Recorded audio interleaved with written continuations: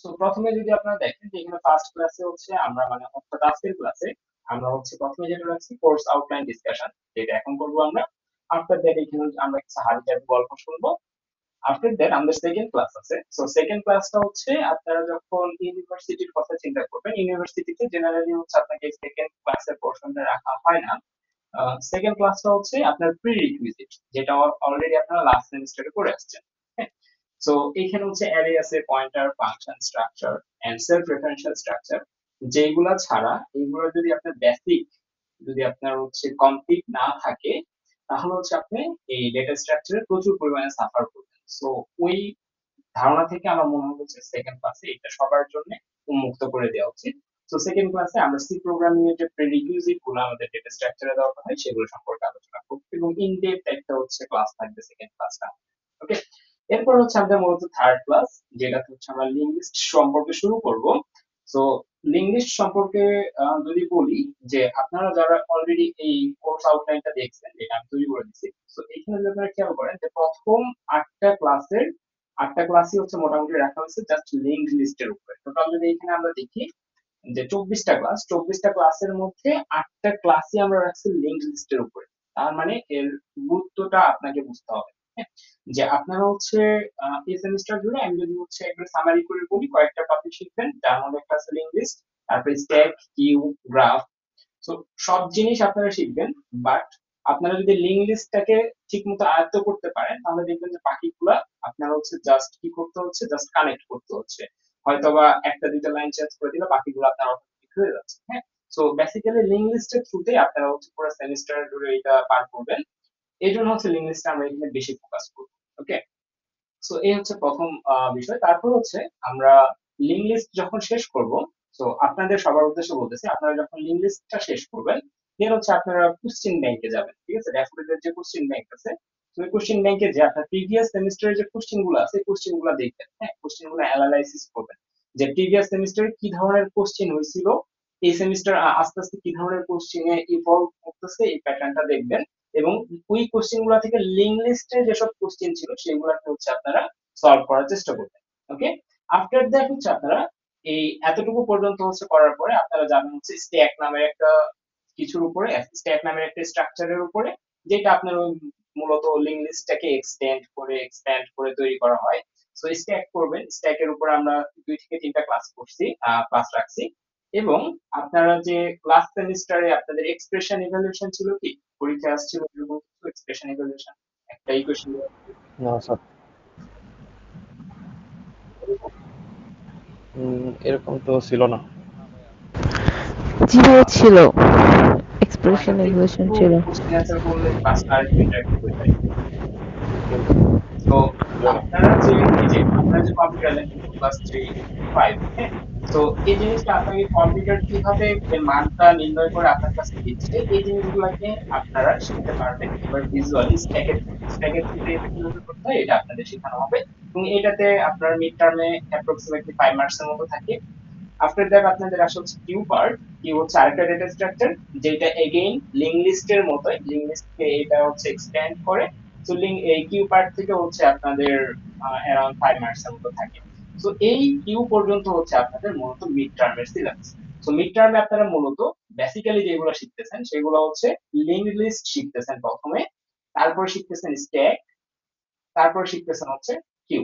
ঠিক আছে, এই কয়েকটা ডেটা স্ট্রাকচার আপনারা এই মিড টার্মের আগ পর্যন্ত শিখবেন, এবং এইগুলো সবগুলো হচ্ছে আপনারা কোশ্চেন সলভের থ্রুতে যাবেন। ওকে, সো তারপর হচ্ছে আপনাদের ফাইনাল টার্মের কথা যদি চিন্তা করি, ফাইনাল টার্মেরটা শুরু হয় 16th ক্লাস থেকে। এই 16th ক্লাস থেকে 24তম ক্লাস পর্যন্ত হচ্ছে ফাইনাল টার্মের সিলেবাস, যেখানে আপনারা মূলত আরো দুইটা বাকি যে ডেটা স্ট্রাকচার আছে, একটা হচ্ছে ট্রি, এই ট্রি সম্পর্কে জানবেন, আর একটা হচ্ছে গ্রাফ, এই গ্রাফ সম্পর্কে জানবেন। ঠিক আছে, সো টোটাল 5টা ডেটা স্ট্রাকচারের টাইপ সম্পর্কে পুরো সেমিস্টার জুড়ে আপনারা শিখবেন। ওকে, সো এখন কথা হচ্ছে যে ভাইয়া, যে ইভ্যালুয়েশনটা হবে কিভাবে। ওকে, তো এখানে একটা ইন্টারেস্টিং টপিক আছে, ইন্টারেস্টিং একটা ব্যাপার আছে। ব্যাপারটা হচ্ছে যে আমরা ফল 23 বা স্প্রিং 24-এর আগ পর্যন্ত যারা ছিলাম ডেটা স্ট্রাকচার স্টুডেন্ট, তারা যেটা করতাম, যে আমাদের মিড টার্মের আগ পর্যন্ত যে টপিক গুলা ছিল, এই টপিক গুলা দিয়ে হচ্ছে আমরা যখন মিড টার্ম দিতাম, মিড টার্ম দেওয়ার পরে এই টপিক গুলো আর আমাদের ফাইনাল টার্মে আসতো না। ঠিক আছে, এইটা ছিল হচ্ছে আগের বিষয়। বাট রিসেন্ট ইয়ারের কোশ্চেন্স গুলোতে দেখা যায় যে ডেটা স্ট্রাকচার ল্যাবও আপনারা পাচ্ছেন, তাই না? তো ডেটা স্ট্রাকচার ল্যাবে আপনাদের এই ডেটা স্ট্রাকচারের টপিক গুলো শেখানো হবে এবং এই টপিক গুলো থেকে আপনাকে প্রজেক্ট করতে দেওয়া হবে এবং মাস্ট আপনাকে প্রজেক্ট করতে হবে, কারণ এখানে 40 মার্কস এর একটা বিশাল একটা ব্যাপার আছে, তাই না? তো এই 40 মার্কস এর যে ডিফারেন্সটা আছে, সো এই 40 মার্কস এর আপনি ল্যাব করলেন, ঠিক আছে? আমি হচ্ছে একটা ব্ল্যাঙ্ক শিটে যাই। এই জিনিসটা আপনাদের খুবই জানা জরুরি, কারণ এই সিম্পল জিনিসটার জন্য গত সেমিস্টারে অনেকে হচ্ছে যে খারাপ করছে। যে আপনারা মিড টার্ম পর্যন্ত ধরে নেন হচ্ছে আপনারা শিখতেছেন কি কি, লিঙ্কড লিস্ট, আফটার দ্যাট শিখতেছেন হচ্ছে স্ট্যাক, আফটার দ্যাট হচ্ছে কিউ। ফাইনাল টার্মে কি শিখতেছেন? ফাইনাল টার্মের জন্য শিখতেছেন হচ্ছে গ্রাফ, দেন হচ্ছে আপনাদের ট্রি। ঠিক আছে, এই দুইটা জিনিস আপনারা ফাইনাল টার্মে শিখতেছেন এবং আপনারা ড্যাফোডিল হয়তো 2 সেমিস্টার পার করছেন এবং 2 সেমিস্টার থেকে আপনারা যা বুঝতে পারছেন সেটা হচ্ছে মিড টার্মে যেটা পড়ানো হয় ফাইনাল টার্মে সেটা আসে না, except C programming. C programming এর বিষয়টা আলাদা ছিল প্রিভিয়াস এর ক্ষেত্রে। বাট ডেটা স্ট্রাকচারে স্প্রিং 24 পর্যন্ত থিওরিটা সেম ছিল, যে মিড টার্মে যেটা পড়ানো হয়েছে সেটা আমাদের ফাইনাল টার্মে আসে। বাট আপনার স্প্রিং সম্ভবত ফল 24 থেকে কোশ্চেন প্যাটার্ন চেঞ্জ করা হয়। ফল 24-এর পর থেকে যে কোশ্চেন প্যাটার্নটা আসে সেটা হচ্ছে ডেটা স্ট্রাকচার ল্যাবে আপনি যে জিনিসটা পড়তেছেন, ঠিক আছে? ডেটা স্ট্রাকচার ল্যাবে ধরে নেন আপনাকে এই জিনিসগুলোকে শেখানো হয়েছে এবং এই জিনিসগুলোকে ইউজ করে আপনাকে একটা প্রজেক্ট করতে হবে, ঠিক আছে? এই যে আপনি প্রজেক্টটা করছেন, এই প্রজেক্টটা করবেন হচ্ছে আপনারা মূলত এই তিনটা জিনিসকে ইউজ করে। এখন এই যে প্রজেক্টটা আপনি করছেন, এই প্রজেক্ট থেকে ফাইনাল টার্মে আপনাকে কোশ্চেন করা হয়, ঠিক আছে? এই প্রজেক্ট থেকে প্রজেক্ট বেসড কোশ্চেন একটা পার্ট থাকে, প্রজেক্ট বেসড কোশ্চেন। সো আপনাকে যখন ফাইনাল টার্মে এটা অ্যারাউন্ড 10 মার্কস এর মতো থাকে, ঠিক আছে? 10 মার্কস এর মতো এগুলো থেকে থাকে হচ্ছে লেটস সে 30 মার্কস, আর এখান থেকে থাকে 10 মার্কস। সো যখন আপনাকে ফাইনাল টার্মে প্রজেক্ট বেসড কোশ্চেন করা হবে এমন একটা প্রজেক্টের উপরে যেটা আপনি মিড টার্মের টপিকগুলো থেকে করছেন, তখন আপনাকে আলটিমেটলি এই সব জিনিসগুলোকে আবার অ্যান্সার করতে হচ্ছে ফাইনাল টার্মে। বুঝে গেছে? এই জিনিসটা একটু খেয়াল রাখতে হবে। তো এই হচ্ছে আমাদের টোটাল প্ল্যান যে এই সেমিস্টার জুড়ে আমরা কি কি করতে যাচ্ছি। তো প্রথম এই রুটিন অনুযায়ী যদি আপনারা চলেন তাহলে হচ্ছে, যদি এই রুটিন ঠিক থাকে আর কি, কোর্স আউটলাইন যদি ঠিক থাকে, তাহলে 15th ক্লাস পর্যন্ত হচ্ছে আপনাদের মূলত এই মিড টার্মের টপিকস এবং 16th ক্লাস থেকে 24th ক্লাস পর্যন্ত হচ্ছে আপনাদের ফাইনাল টার্মের টপিক। আচ্ছা, এরপরে হচ্ছে যে আপনারা যদি লুপ এন্ড লজিকের সাথে হচ্ছে যুক্ত হন, দেন হচ্ছে আপনাদের বেশ কিছু জিনিস দেওয়া হবে। তো এটা হচ্ছে আমার একটা personal website.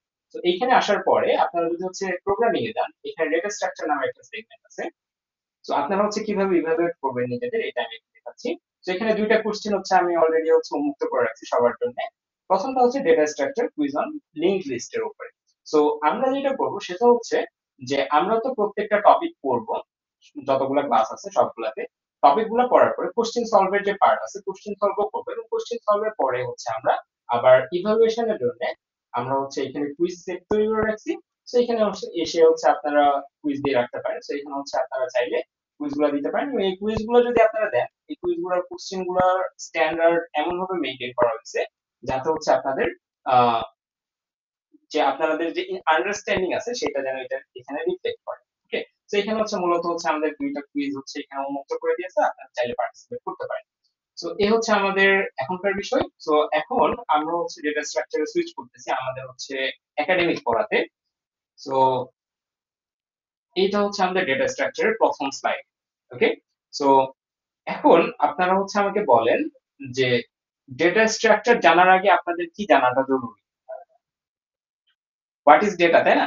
So what is data, এটা কি আমাকে কেউ বলতে পারবেন? আচ্ছা, আমি স্লাইড একটু সরাই রাখি।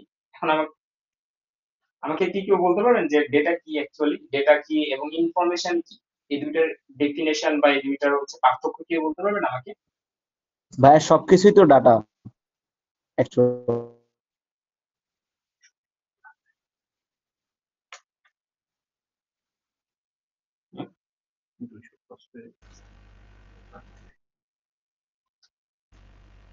আচ্ছা, আমাদের হচ্ছে পার্টিসিপেন্ট 200 ক্রস করতেছে। তো আমি হচ্ছে হ্যাঁ, সাফন প্লিজ আপনি হচ্ছে মাইকটা আনমিউট করে বলে দেন।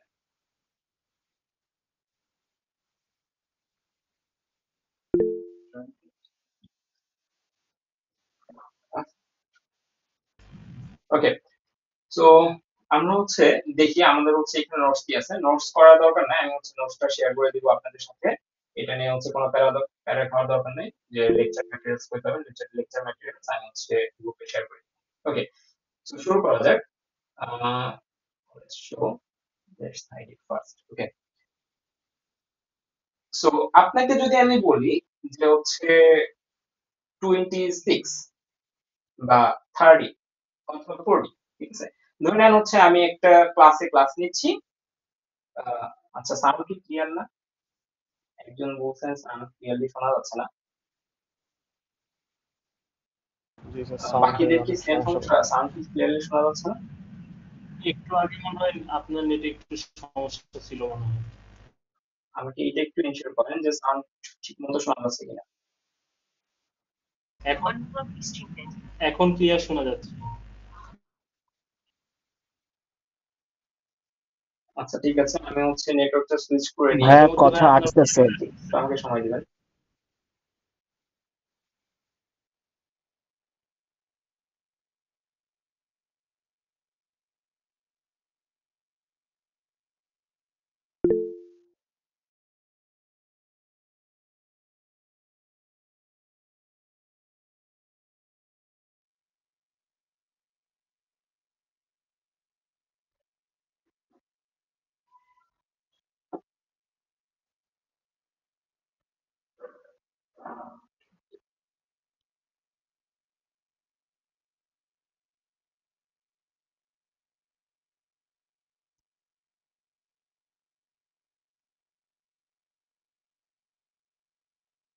আচ্ছা, এখন কি আমার কথা ক্লিয়ার শোনা যাচ্ছে? আহ, এখন কি কথা ক্লিয়ার শোনা যাচ্ছে? জি ভাই শোনা যায়। জি ভাই। হ্যালো। হ্যাঁ, এখন ক্লিয়ার ঠিক আছে, হয়েছে। তো আমরা শুরু করি যে হোয়াট ইজ ডেটা। সো ধরে নেন হচ্ছে আমি একটা ক্লাস নিচ্ছি এবং তাদের পরীক্ষা নিচ্ছি এবং পরীক্ষার প্রাপ্ত মার্কস গুলাকে আমি এভাবে লিখছি 26, 30, 40, 50, 80, এভাবে আমি হচ্ছে 60টা ক্লাসের লেটস হচ্ছে মান এইভাবে আমি লিখে রাখছি। ওকে, সো এটা হচ্ছে আমাদের ডেটা, যেটা কোনো মিনিং দেয় না। যদি আমি একটা পেজের ভিতরে জাস্ট 26, 30, 40, 50, 80 এগুলো লিখে রাখি, এটা আমাদের কখনো মিনিং দিবে না। তো এগুলাকে আমরা বলছি ডেটা, যেটা হচ্ছে কনটেক্সট ছাড়া। ওকে, সো কনটেক্সট ছাড়া জিনিসগুলোকে আমরা ডেটা বলতেছি। আর যেগুলোর কনটেক্সট আছে, যেমন এই যে আমি যে ডেটাগুলো নিছি, এই ডেটাগুলোকে যদি আমি হচ্ছে এরকম বলি যে এখান থেকে ম্যাক্স হচ্ছে আমাদের 80, ঠিক আছে, তার মানে আমি বললাম যে এই যে ক্লাসে আমি পরীক্ষা নিছি, এই পরীক্ষাগুলোর যে নাম্বার আছে সেই নাম্বার বা ডেটাগুলো থেকে আমি একটা ইনফরমেশনকে ফাইন্ড আউট করছি যে এইখানকার প্রাপ্ত মার্কস গুলোর মধ্যে ম্যাক্স হচ্ছে 80, ঠিক আছে। বা আমি বললাম যে হচ্ছে মেইন হচ্ছে এখানে 26, মিনিমাম হচ্ছে 26, তার মানে আমি একটা নাম্বারকে বোঝাচ্ছি। তো এগুলো হচ্ছে ইনফরমেশন। তো এখানে যদি আমি দেখি এ লিস্ট অফ নাম্বারস 23, 45, 67, তো এটা দেখে আপনি কিছু বুঝবেন না স্বাভাবিকভাবে। তো এগুলাকে আমি বলতেছি কি ডেটা। বাট আমি যদি বলি যে হচ্ছে লেটস সে এটা একটা ইনক্রিজিং অর্ডার, ঠিক আছে, আমি কি বললাম এটা একটা ইনক্রিজিং অর্ডার, ঠিক আছে, ইনক্রিজিং অর্ডার। আমি বললাম 23, 45, 66 এরা হচ্ছে 67 এরা হচ্ছে একটা ইনক্রিজিং অর্ডার আছে। সো এটা একটা সেন্স মেক করতেছে, তাই না? এরপরে হচ্ছে আমরা আবার যদি আসি, আচ্ছা, আহ, এখনো কি হচ্ছে আমার নেটওয়ার্ক সমস্যা হচ্ছে?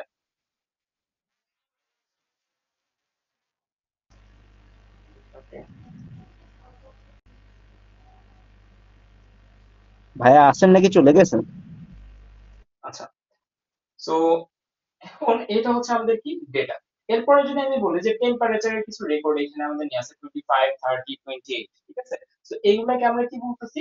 এগুলাকে আমরা বলতেছি হচ্ছে একটা নরমাল ডেটা। বাট এগুলা থেকে যদি আমি বলি যে লাস্ট 3 ডে এর হচ্ছে যে আমার যে টেম্পারেচার সেগুলো হচ্ছে 25 degree Celsius, 30 degree, 28 degree Celsius. বা আমি বললাম যে এই ডেটা দেখে আমি বললাম যে আমাদের একটা এভারেজ টেম্পারেচার আছে, এভারেজ টেম্পারেচার হচ্ছে 27 ডিগ্রি সেলসিয়াস, ঠিক আছে। তো এগুলো হচ্ছে আমাদের কি ইনফরমেশন। ওকে, সো এখন কম্পিউটার আমাদের এই ক্ষেত্রে কিভাবে সাহায্য করতেছে? লেটস সে এটা হচ্ছে আপনার একটা কম্পিউটার। এখন এই কম্পিউটারের কথা যদি আপনি চিন্তা করেন, এই কম্পিউটারটা দ্বারা আপনি কি করবেন? হ্যাঁ, তো বর্তমানে মেশিন লার্নিং এর পার্সপেক্টিভে যদি আমি বলি, আমি আপনাদের জন্য এখানে একটা আমার একটা মডেলকে আমি এখানে করে রাখছি। তো ধরে নেন এইখানে হচ্ছে প্রচুর পরিমাণে ডেটা আছে, ঠিক আছে, যেখানে ইমেজকে হচ্ছে রিড করার পরে এরকম অনেক পরিমাণে ডেটা এখানে তৈরি করা আছে। এখন এই ডেটাগুলা দেখে সে কিছু বুঝবে না, তাহলে এই ডেটাগুলাকে দেখে বোঝানোর জন্য আমার এখানে আমাদের এই কম্পিউটারটা কি করতে হবে, কিছু স্ট্রাকচার ফলো করতে হবে বা কিছু হচ্ছে সেট অফ রুলস আছে, সেই রুলস গুলাকে ফলো করতে হবে। সেই সেট অফ রুলস বা স্ট্রাকচার গুলাকে যদি সে ফলো করে, তাহলে সে এই যে ডেটাগুলা ছিল 00 আপনারা মাত্র যে দেখলেন, এখানে যদি আমি আরেকবার দেখাই, তো আপনারা যখন হচ্ছে মেশিন লার্নিং বা ডিপ লার্নিং এর করবেন এরকম হচ্ছে ডেটা পাবেন যে এখানে 00, তারপর হচ্ছে বিভিন্ন ভ্যালু আছে এখানে। এই ভ্যালু গুলাকে আপনি এখানে রিপ্রেজেন্ট করে রাখছেন, যেগুলো কোনো মানে এখানে আপনি বুঝতে পারতেছেন না। বাট আপনি কি করলেন, এই ডেটা গুলাকে প্রসেস করলেন, প্রসেস করার পরে একটা অর্থবহ কিছু একটা দিলেন যে ওই ডেটাগুলো থেকে এরকম একটা জুতার শেপ আমরা এখানে পাচ্ছি, ঠিক আছে। তো এটাই হচ্ছে আমাদের ইনফরমেশন। যে একটু আগে আপনি যেটা দেখছেন এটা দেখে আপনি কিচ্ছু বুঝতে পারতেছিলেন না, বাট এটাকে প্রসেস করার পরে কম্পিউটার এটাকে প্রসেস করার পরে একটা অর্থবহ একটা রূপ দিছে, যেটা দেখে আপনি বুঝতে পারতেছেন আচ্ছা ঠিক আছে, এই ডেটাগুলোর মাধ্যমে আমি একটা জুতাকে প্রকাশ করতেছি, ঠিক আছে। তো এটা হচ্ছে ইনফরমেশন, যেটার কনটেক্সট আছে বা অর্থ আছে। ওকে, এই জিনিসটা কি বোঝা গেছে সবার, যে ডেটার ইনফরমেশন কি? আচ্ছা, আমাকে একটু কাইন্ডলি রেসপন্স করেন। জি ভাইয়া। এটা আপনার কখনো আসবে না, বাট আপনি হচ্ছে যখন সামনের দিকে স্ট্যাটিস্টিক্স পড়বেন বা এই ধরনের হচ্ছে ডিপ লার্নিং, মেশিন লার্নিং এগুলো নিয়ে করবেন, তখন এগুলো হেল্প লাগবে আপনার। ওকে, সো এরপরে যদি আমি বলি যে হচ্ছে ইনফরমেশনের ক্ষেত্রে আরেকটা যদি এক্সাম্পল দিই, সাদমান, সুহি, আদিব, নীলিমা, ঠিক আছে। তো এরা হচ্ছে যে এক একটা মানুষের নাম, বাট এগুলা কি আপনাকে কোনো অর্থ দিচ্ছে না। বাট আমি যদি বলি সাদমান, সুহি, আদিব, নীলিমা এরা একজন আরেকজনের ফ্রেন্ড, এটা একটা অর্থ মিন করতেছে, তাই না? সো এটা হচ্ছে ডেটা এবং ইনফরমেশন। ওকে, সো ডেটা এবং ইনফরমেশন বুঝলেন। সো এখন আসি হচ্ছে আমরা data structure. So what is data structure? So এটাতে যাওয়ার আগে আমি আপনাকে একটা সিনারিও বলি। ধরে নেন হচ্ছে আপনি ড্যাফোডিলের লাইব্রেরিতে গেছেন। ওকে, তো আপনি কি করছেন, ড্যাফোডিলের লাইব্রেরিতে গেছেন। এখন এই ড্যাফোডিলের লাইব্রেরিতে আপনার অনেকগুলো বুকশেলফ আছে। ওকে ফাইন, কোনো সমস্যা নেই। এই বুকশেলফ গুলোতে মাল্টিপল টাইপস অফ বুকস আছে। সেই যে মাল্টিপল টাইপস অফ যে বুক গুলো আছে, হ্যাঁ, এই বইগুলোর ক্ষেত্রে, আচ্ছা আমার হচ্ছে আরেকটা মিট লিংকে জয়েন দেওয়া লাগবে, একটু সময় নিয়ে নিচ্ছি। এটার হচ্ছে সেকেন্ড যে মিট লিংকটা তৈরি হয়েছে ওইটার হচ্ছে লিমিট এক্সিড হয়ে গেছে।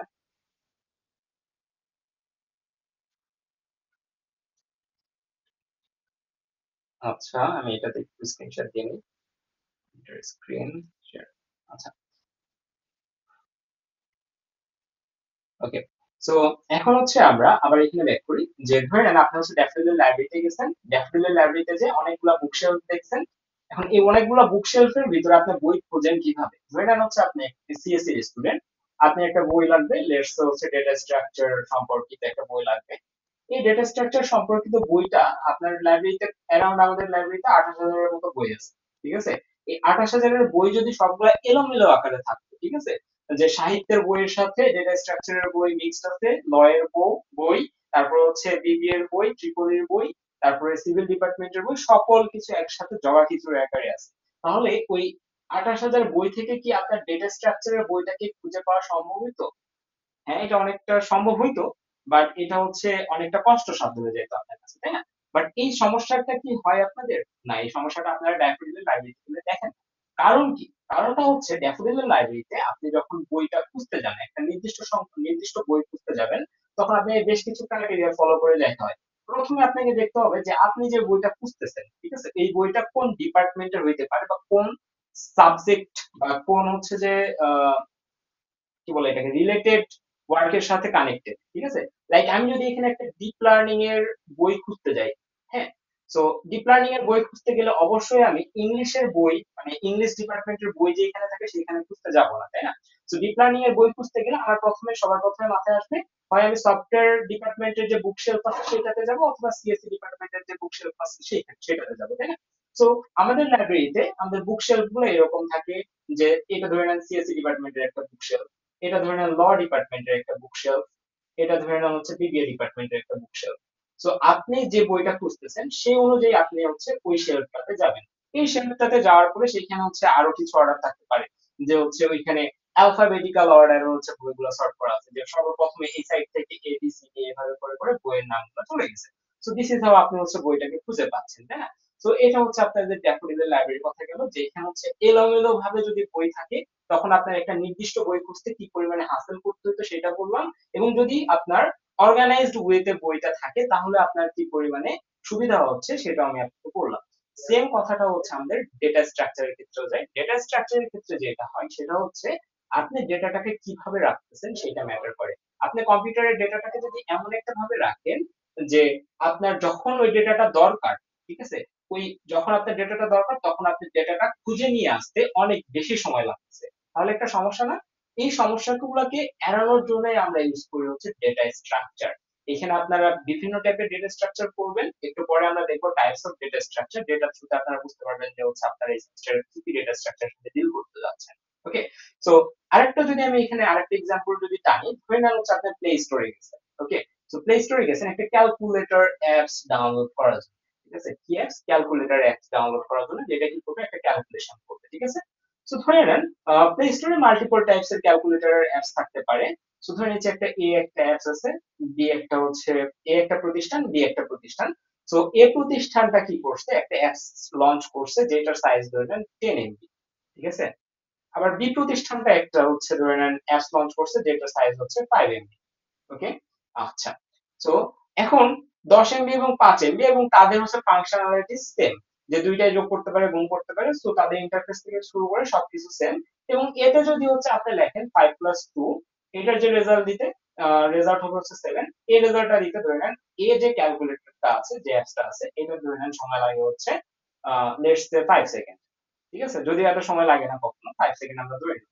আর বি ক্যালকুলেটরের সেম অপারেশনটা করতে আপনার হচ্ছে ধরে নেন সময় লাগে হচ্ছে 2 সেকেন্ড। এই ক্ষেত্রে আপনি কোনটাকে প্রেফার করবেন? অবশ্যই আপনি বি ক্যালকুলেটর থেকে প্রেফার করবেন, তাই না? তো কারণ কি? কারণ হচ্ছে আপনার যখন ডেটাটা দরকার, আপনি যখন দেখা যাচ্ছে 5 প্লাস 2 এই অপারেশনটা পারফর্ম করা দরকার, তখন হচ্ছে আপনার টাইমটা একটা ম্যাটার করতেছে, এবং আপনার যে যতটুকু জায়গা লাগতেছে, আপনার মেমোরিতে যতটুকু জায়গা লাগতেছে সেটা ম্যাটার করতেছে।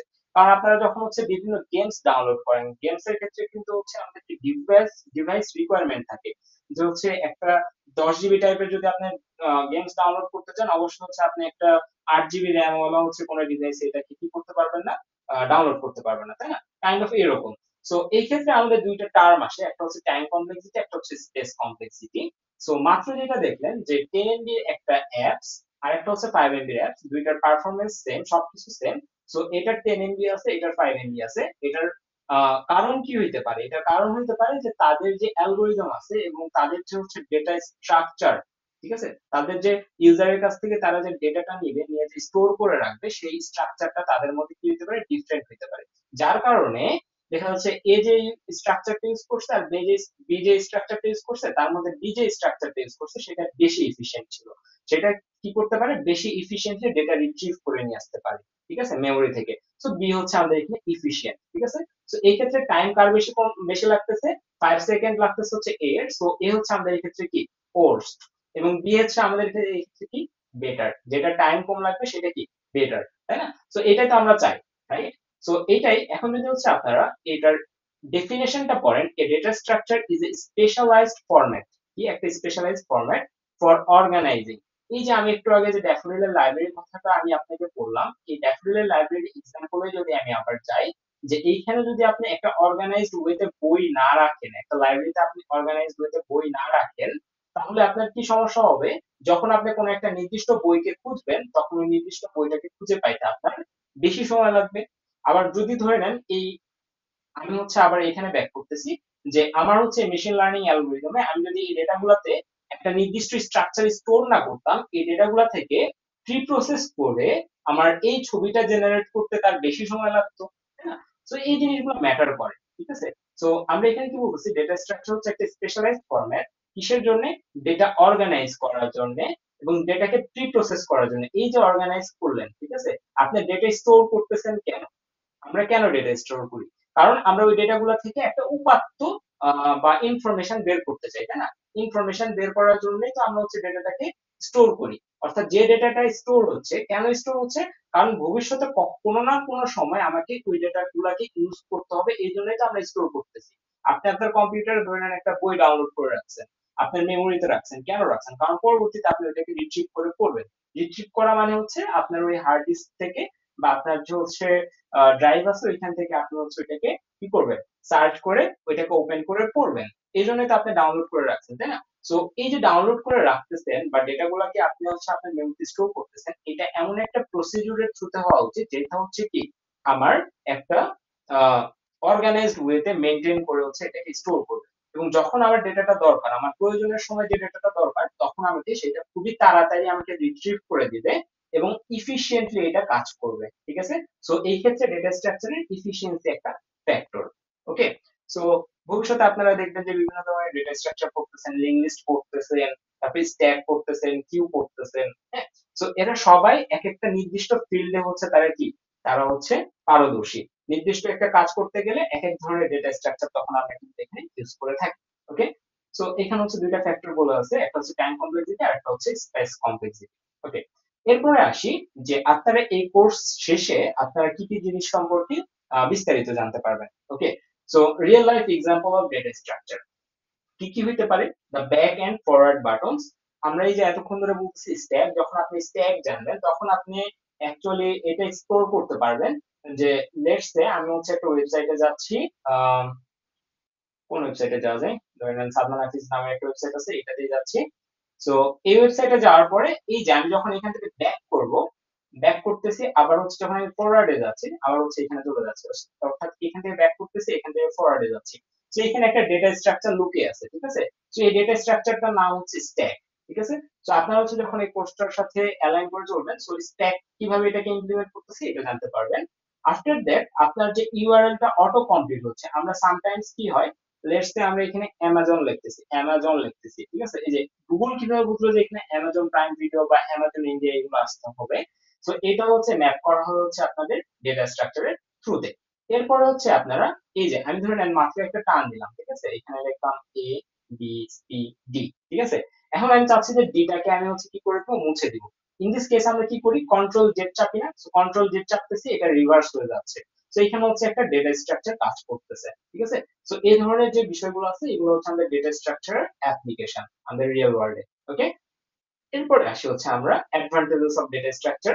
আমরা ডেটা স্ট্রাকচার কেন ইউজ করব? যাতে হচ্ছে আমরা এফিশিয়েন্টলি মেমোরি ম্যানেজমেন্ট করতে পারি, আমরা যে কোনো অপারেশনের ক্ষেত্রে পারফরমেন্সটা যেন ভালো পাই, আমরা যেন হচ্ছে মেমোরিটাকে অপটিমাইজডলি ইউজ করতে পারি, এবং পরবর্তীতে এই দুইটা আমরা একটু পরে পড়তেছি। এই দুইটা হচ্ছে আপনার লাইব্রেরির সাথে ম্যাপ করে দেখি, লাইব্রেরির যে সিনারিওটা বললাম সেই ক্ষেত্রে যদি দেখেন এফিশিয়েন্ট ডেটা ম্যানেজমেন্ট, আপনি যদি অর্গানাইজডলি লাইব্রেরিতে বই রাখেন তাহলে আপনি কি করতে পারবেন, ইজিলি এইখান থেকে বই এফিশিয়েন্টলি রিট্রিভ করতে পারবেন। ঠিক আছে? তো এটা গেল। এবং এই ক্ষেত্রে যদি আপনি বই খুঁজতে যান আপনার কি হবে, সময় কম লাগবে, অর্থাৎ ইমপ্রুভ পারফরমেন্স, আপনি পারফরমেন্সটা ইমপ্রুভ পাবেন। এবং এই ক্ষেত্রে আপনার টাইম কম লাগবে, অর্থাৎ আপনার জায়গাও কম লাগতেছে। অর্থাৎ আপনি চিন্তা করতে পারেন যে আপনার বাসায় একটা টেবিল আছে, সেই টেবিলের উপরে আপনি হচ্ছে 50টা বই এলোমেলো আকারে রাখছেন। তো 50টা বই যখন ওইখানে এলোমেলো আকারে রাখবেন তখন অবশ্যই আপনার জায়গা বেশি লাগবে, তাই না? আবার ওই 50টা বই যদি আপনি হচ্ছে একটু অর্গানাইজডলি হচ্ছে সাজায় রাখেন টেবিলে, তাহলে হচ্ছে আপনার জায়গা কম লাগবে। So optimized memory usage. Okay, তো আশা করি এইগুলো বোঝা গেছে। তো এই দুইটা জিনিস আমরা একটু পরে দেখতেছি।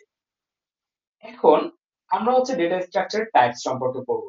তো আপনারা তো হয়তো বা নিজের অজান্তে গত সেমিস্টারে ডেটা স্ট্রাকচারের একটা পার্ট পড়ে আসছেন, যে গত সেমিস্টারে আপনারা হচ্ছে অ্যারে পড়ে আসছেন, তাই না?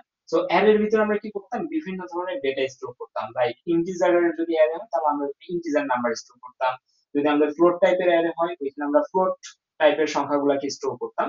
তো এই ধরনের বিষয় নিয়ে আমরা হচ্ছে গত সেমিস্টারে ডিল করে আসছি।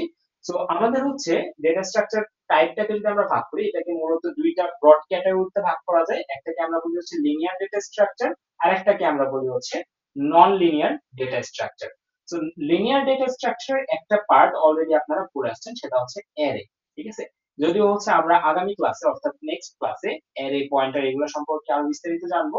এই ক্লাসে আমরা অ্যারে সম্পর্কে একটু হালকা জেনে নিব, হ্যাঁ, একটু পরে। তারপর হচ্ছে লিঙ্কড লিস্ট, যেটা হচ্ছে আপনারা মিডে পড়বেন। স্ট্যাক, কিউ, অর্থাৎ লিনিয়ার ডেটা স্ট্রাকচারের যে পুরো পার্টটা দেখতেছেন এই পুরো পার্টটাই হচ্ছে আপনারা মিড টার্মে পড়বেন।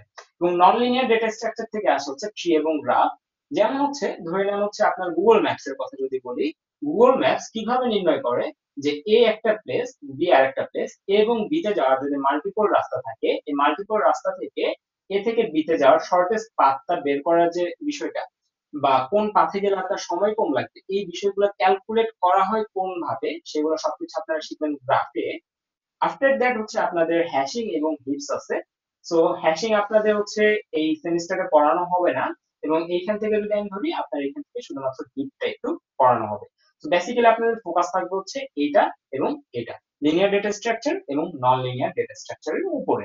ওকে, এবং এক্সট্রা হিসেবে যদি ধরি সেটা হচ্ছে হিপস, যেটা হচ্ছে ফাইনাল টার্মে থাকবে। ওকে, সো এই হচ্ছে আপনার টাইপস, ডেটা স্ট্রাকচারের টাইপস। এরপরে আসেন হচ্ছে আমরা একটু অ্যারে সম্পর্কে পড়ি, যে আমরা তো অলরেডি অ্যারে পড়ে আসছি। সো অ্যারের যে সমস্যাগুলো ছিল সেই সমস্যাগুলোকে হ্যান্ডেল করার জন্যই এই আপনার হচ্ছে এই সেমিস্টারে ডেটা স্ট্রাকচার করতেছেন। যে অ্যারেতে বেশ কিছু সমস্যা ছিল, যে সমস্যাগুলো অ্যারে সলভ করতে পারতো না, যার কারণে হচ্ছে আমাদের বিভিন্ন ধরনের ডেটা স্ট্রাকচার দরকার হয়। সো দ্যাট হচ্ছে আমরা অ্যাকচুয়ালি ডেটা স্ট্রাকচার কোর্সটা করতেছি, বা বিভিন্ন ধরনের ডেটা হ্যান্ডেল করার জন্য এই কোর্সটা করতেছি। ওকে, তো অ্যারের কি সমস্যা ছিল সেটা জানার আগে অবশ্যই অ্যারে সম্পর্কে আপনাকে জানতে হবে।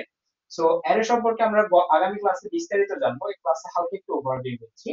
So an array is a data structure, আমি কি বলছিলাম একটু আগে, অলরেডি আপনারা ডেটা স্ট্রাকচার পড়ে আসছেন লাস্ট সেমিস্টারে।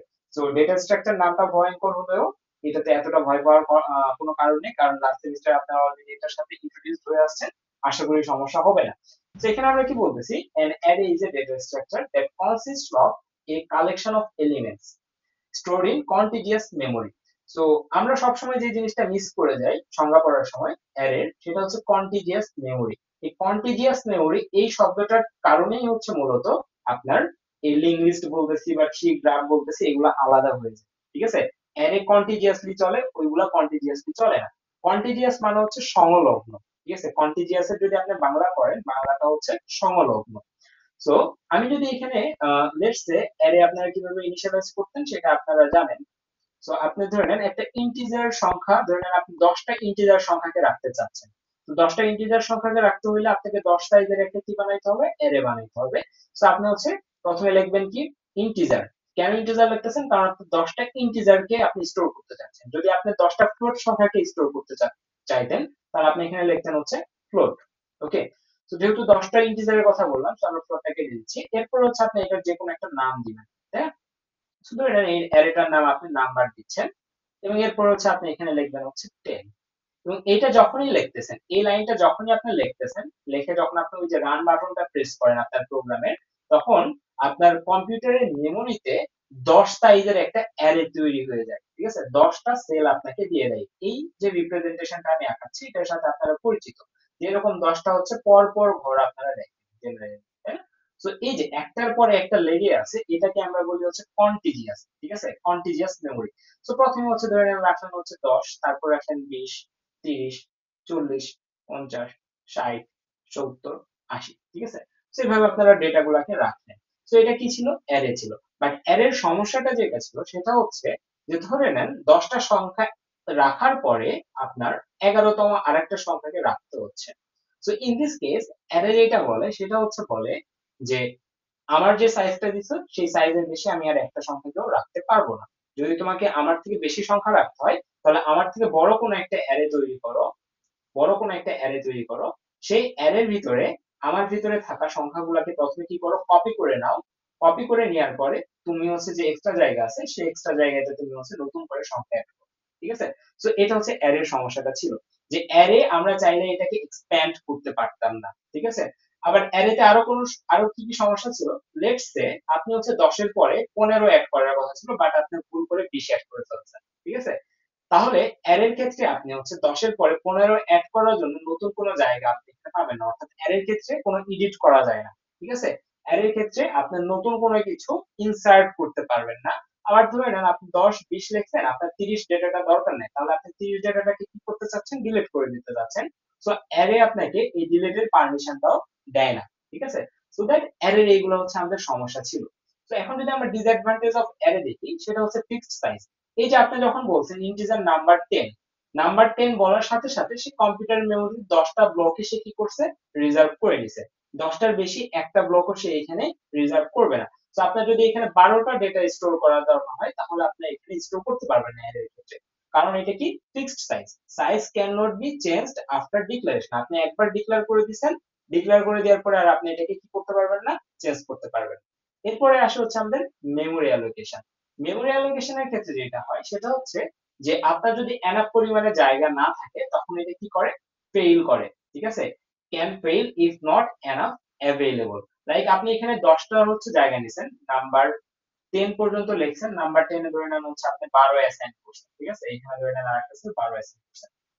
এরপরে যদি আপনি চান নাম্বার 11 লিখবেন, 11 লিখে 13 অ্যাসাইন করবেন, আপনি এটাকে কি দিবে, ইরর দিবে। কারণ কি, কারণ আপনার সাইজ কত ছিল, 10 ছিল, বাট আপনি এখানে স্টোর করতে চাচ্ছেন কত নাম্বার পজিশনে, 11 নাম্বার পজিশনে, সো এটা আপনি সিম্পলি কি দিবে, ইরর দিবে। সো মেমোরি অ্যালোকেশনের ক্ষেত্রে এটার ঝামেলা আছে। তারপরে কি আছে, no bound checking. Bound checking জিনিসটা কি, বাউন্ড চেকিং জিনিসটা হচ্ছে যে আপনার কাছে যখন 10টা ঘর আছে, 10টা ঘরে যখন আপনি নাম্বার রাখতে পারতেছেন, তো আপনি চাইলেই এমন কোন নাম্বারকে প্রিন্ট করতে পারবেন না বা অ্যাক্সেস করতে পারবেন না। ধরে নেন আপনি চাচ্ছেন যে এরকম কিছু একটা লিখতে, প্রিন্টে লেটস সে %d, এখানে আপনি লিখছেন হচ্ছে নাম্বার 15, অর্থাৎ 15 নাম্বার ইন্ডেক্সে যে নাম্বারটা আছে সেটাকে তুমি প্রিন্ট করে দেখাও। এটা আপনার ক্ষেত্রে এটা আপনার কি করবে, সিম্পলি একটা এরর দিবে, আপনার প্রোগ্রামটা এখানে ক্র্যাশ করবে, ঠিক আছে। সো নো বাউন্ড চেকিং, এই যে আপনি যে জিনিসটা লিখছেন এটার ক্ষেত্রে কোনো চেকিং সে করবে না, ঠিক আছে, এটা পসিবল কি পসিবল না এগুলো সে দেখে না। এরপরে কি, কোনো ইনসারশন বা ডিলিশন করতে পারবে না। আপনি হচ্ছে 10 এর পরে কোনো 15 যদি আপনার রাখার দরকার হয়, আপনি এখানে 15 ডেটাটাকে স্টোর করতে পারতেছেন না। বা আপনার যদি হচ্ছে এখান থেকে 30 আপনি স্টোর করছেন, আপনি 30 ডেটাটা আপনি ভুল করে স্টোর করছেন, এটাকে আপনি ডিলিট করতে চাচ্ছেন, সো অ্যারে আপনাকে সেই ডিলিটের অপশনটাও আপনাকে দেয় না। তারপরে কি আসে, inefficient memory usage, can waste memory or required resizing, এটা আমরা পরে দেখব, এই ক্লাসের শেষের দিকে এটা দেখব। ল্যাক অফ ফ্লেক্সিবিলিটি, ফ্লেক্সিবিলিটির ল্যাকিংস আছে। কি কি ল্যাকিংস দেখলাম আমরা, যে ফিক্সড সাইজ, এটা একটা ল্যাকিংস। তারপরে আর কি কি আছে, ইনসারশন করতে পারি না আমরা আমাদের যখন দরকার হয়, ডিলিশন করতে পারি না যখন আমাদের নেসেসারি, তখন আমরা ডিলিট করতে পারি না। সো এগুলো হচ্ছে আমাদের কি, ফ্লেক্সিবিলিটি আমাদের এখানে কম। এবং পোর পারফরম্যান্স ফর ডাইনামিক অপারেশনস, এটা আমরা একটু পরে দেখব। ওকে, সো এই হচ্ছে আমাদের ডিসঅ্যাডভান্টেজ। এখন এই ডিসঅ্যাডভান্টেজ গুলা হচ্ছে আমাদের একটা প্রবলেম তৈরি করতেছে, যার কারণে আমরা হচ্ছে বেরোলাম কি সলিউশনের জন্য, যেটা হচ্ছে আপনারা এই পুরো সেমিস্টার জুড়ে শিখবেন, ঠিক আছে। এই যে সলিউশনটা আমরা বের করছি, এই সলিউশন গুলা কি কি, এই সলিউশন গুলোর হচ্ছে একটা কমন নাম আছে, সেটাকে আমরা বলি হচ্ছে ডাইনামিক মেমোরি অ্যালোকেশন, ঠিক আছে, ডাইনামিক মেমোরি অ্যালোকেশন। এবং এই যে আমি এখন হচ্ছে আগামী 15-20 মিনিট যেটা কথা বলবো, এই কথাগুলো থেকে আপনার হচ্ছে মিড টার্মে 5 মার্কস এর মতো এখান থেকে থিওরি কোশ্চেন আসবে ফর শিওর, এটা আপনারা লিখে নিতে পারেন, ঠিক আছে। এবং আমি যদি ইন্টারভিউ এর কথা বলি, ইন্টারভিউ এর কথা যদি আমি বলি যে এই ডাইনামিক মেমোরি অ্যালোকেশন থেকে, অর্থাৎ ডেটা স্ট্রাকচার যদি আপনাকে ইন্টারভিউ কোশ্চেন করে, আপনাকে মাস্ট ডাইনামিক মেমোরি অ্যালোকেশন এই পোরশন থেকে আপনাকে কোশ্চেনটা করা হবে। সো এই পোরশনটা হচ্ছে খুবই ইম্পর্টেন্ট। ওকে, সো ডাইনামিক মেমোরি অ্যালোকেশন যেটা হচ্ছে আপনারা সেকেন্ড সেমিস্টার পুরোটা জুড়ে শিখবেন, এবং ফার্স্ট সেমিস্টারে আপনারা যেটা শিখছেন সেটা হচ্ছে ছিল স্ট্যাটিক মেমোরি অ্যালোকেশন, অর্থাৎ সরি ফার্স্ট সেমিস্টার তো না, আপনারা হচ্ছে সেকেন্ড সেমিস্টারে শিখছেন static memory allocation. So second semester জুড়ে যা শিখছেন, অর্থাৎ যে সব প্রোগ্রাম লিখছেন সবকিছু ছিল স্ট্যাটিক মেমোরিতে, এখন যেটা শিখবেন সেটা হচ্ছে ডাইনামিক মেমোরিতে। ওকে, সো মেমোরি আর্কিটেকচার কি সেগুলো সম্পর্কে আপনারা জানবেন, এবং এই ক্লাসটা আমরা শুরু করতেছি একটা সুন্দর সিনারিও দিয়ে, এবং এই সিনারিও দিয়ে আপনারা হচ্ছে পুরো জিনিসটাকে এক্সপ্লেইন করতে পারবেন, এবং এটা আপনারা কখনো ভুলবেন না, এই গ্যারান্টি আমি দিচ্ছি। ওকে, সো ডাইনামিক মেমোরি অ্যালোকেশন, এই কথাটা মাথা থেকে আপাতত ডিলিট করে দেন। ধরে নেন আপনি কি করছেন, আপনার হচ্ছে একটা মাছ ধরা একটা বোট আছে, ঠিক আছে, মাছ ধরা একটা নৌকা আছে। তো সেই নৌকা করে আপনি কি করেন, প্রতিদিন হচ্ছে সমুদ্র তীর থেকে ধরে নেন একটা নির্দিষ্ট সংখ্যক মানুষ নিয়ে, নির্দিষ্ট সংখ্যক বড়শি নিয়ে আপনি কি করেন, সমুদ্র তীর থেকে লেটস হচ্ছে সমুদ্রের 50 কিলোমিটার বা 80 কিলোমিটার দূর পর্যন্ত ডাইভ দেন, কারণ সমুদ্র তীরে মাছ কম থাকবে স্বাভাবিক, গভীর সমুদ্রে মাছ বেশি থাকবে। এই জন্য আপনি কি করেন, সমুদ্র তীর থেকে এই বোটটাকে নিয়ে আপনি অনেক দূরে যান, যে হচ্ছে একটা মাছ শিকার করে, ঠিক আছে। এখন এই যে মাছ শিকার করতে যাচ্ছেন, আপনি কতটুকু পথ পাড়ি দিচ্ছেন, 50 কিলোমিটার, আচ্ছা 80 কিলোমিটার দূরে যাচ্ছি, ঠিক আছে। 80 কিলোমিটার দূরে এসে আপনি এমন একটা জায়গায় আছেন, যে জায়গায় আপনি দেখতেছেন প্রচুর পরিমাণে মাছ আছে, ঠিক আছে, এখানে কি আছে, প্রচুর পরিমাণে মাছ আছে, বাট আপনার কাছে বড়শি এবং ম্যান পাওয়ার আছে কত, সীমিত।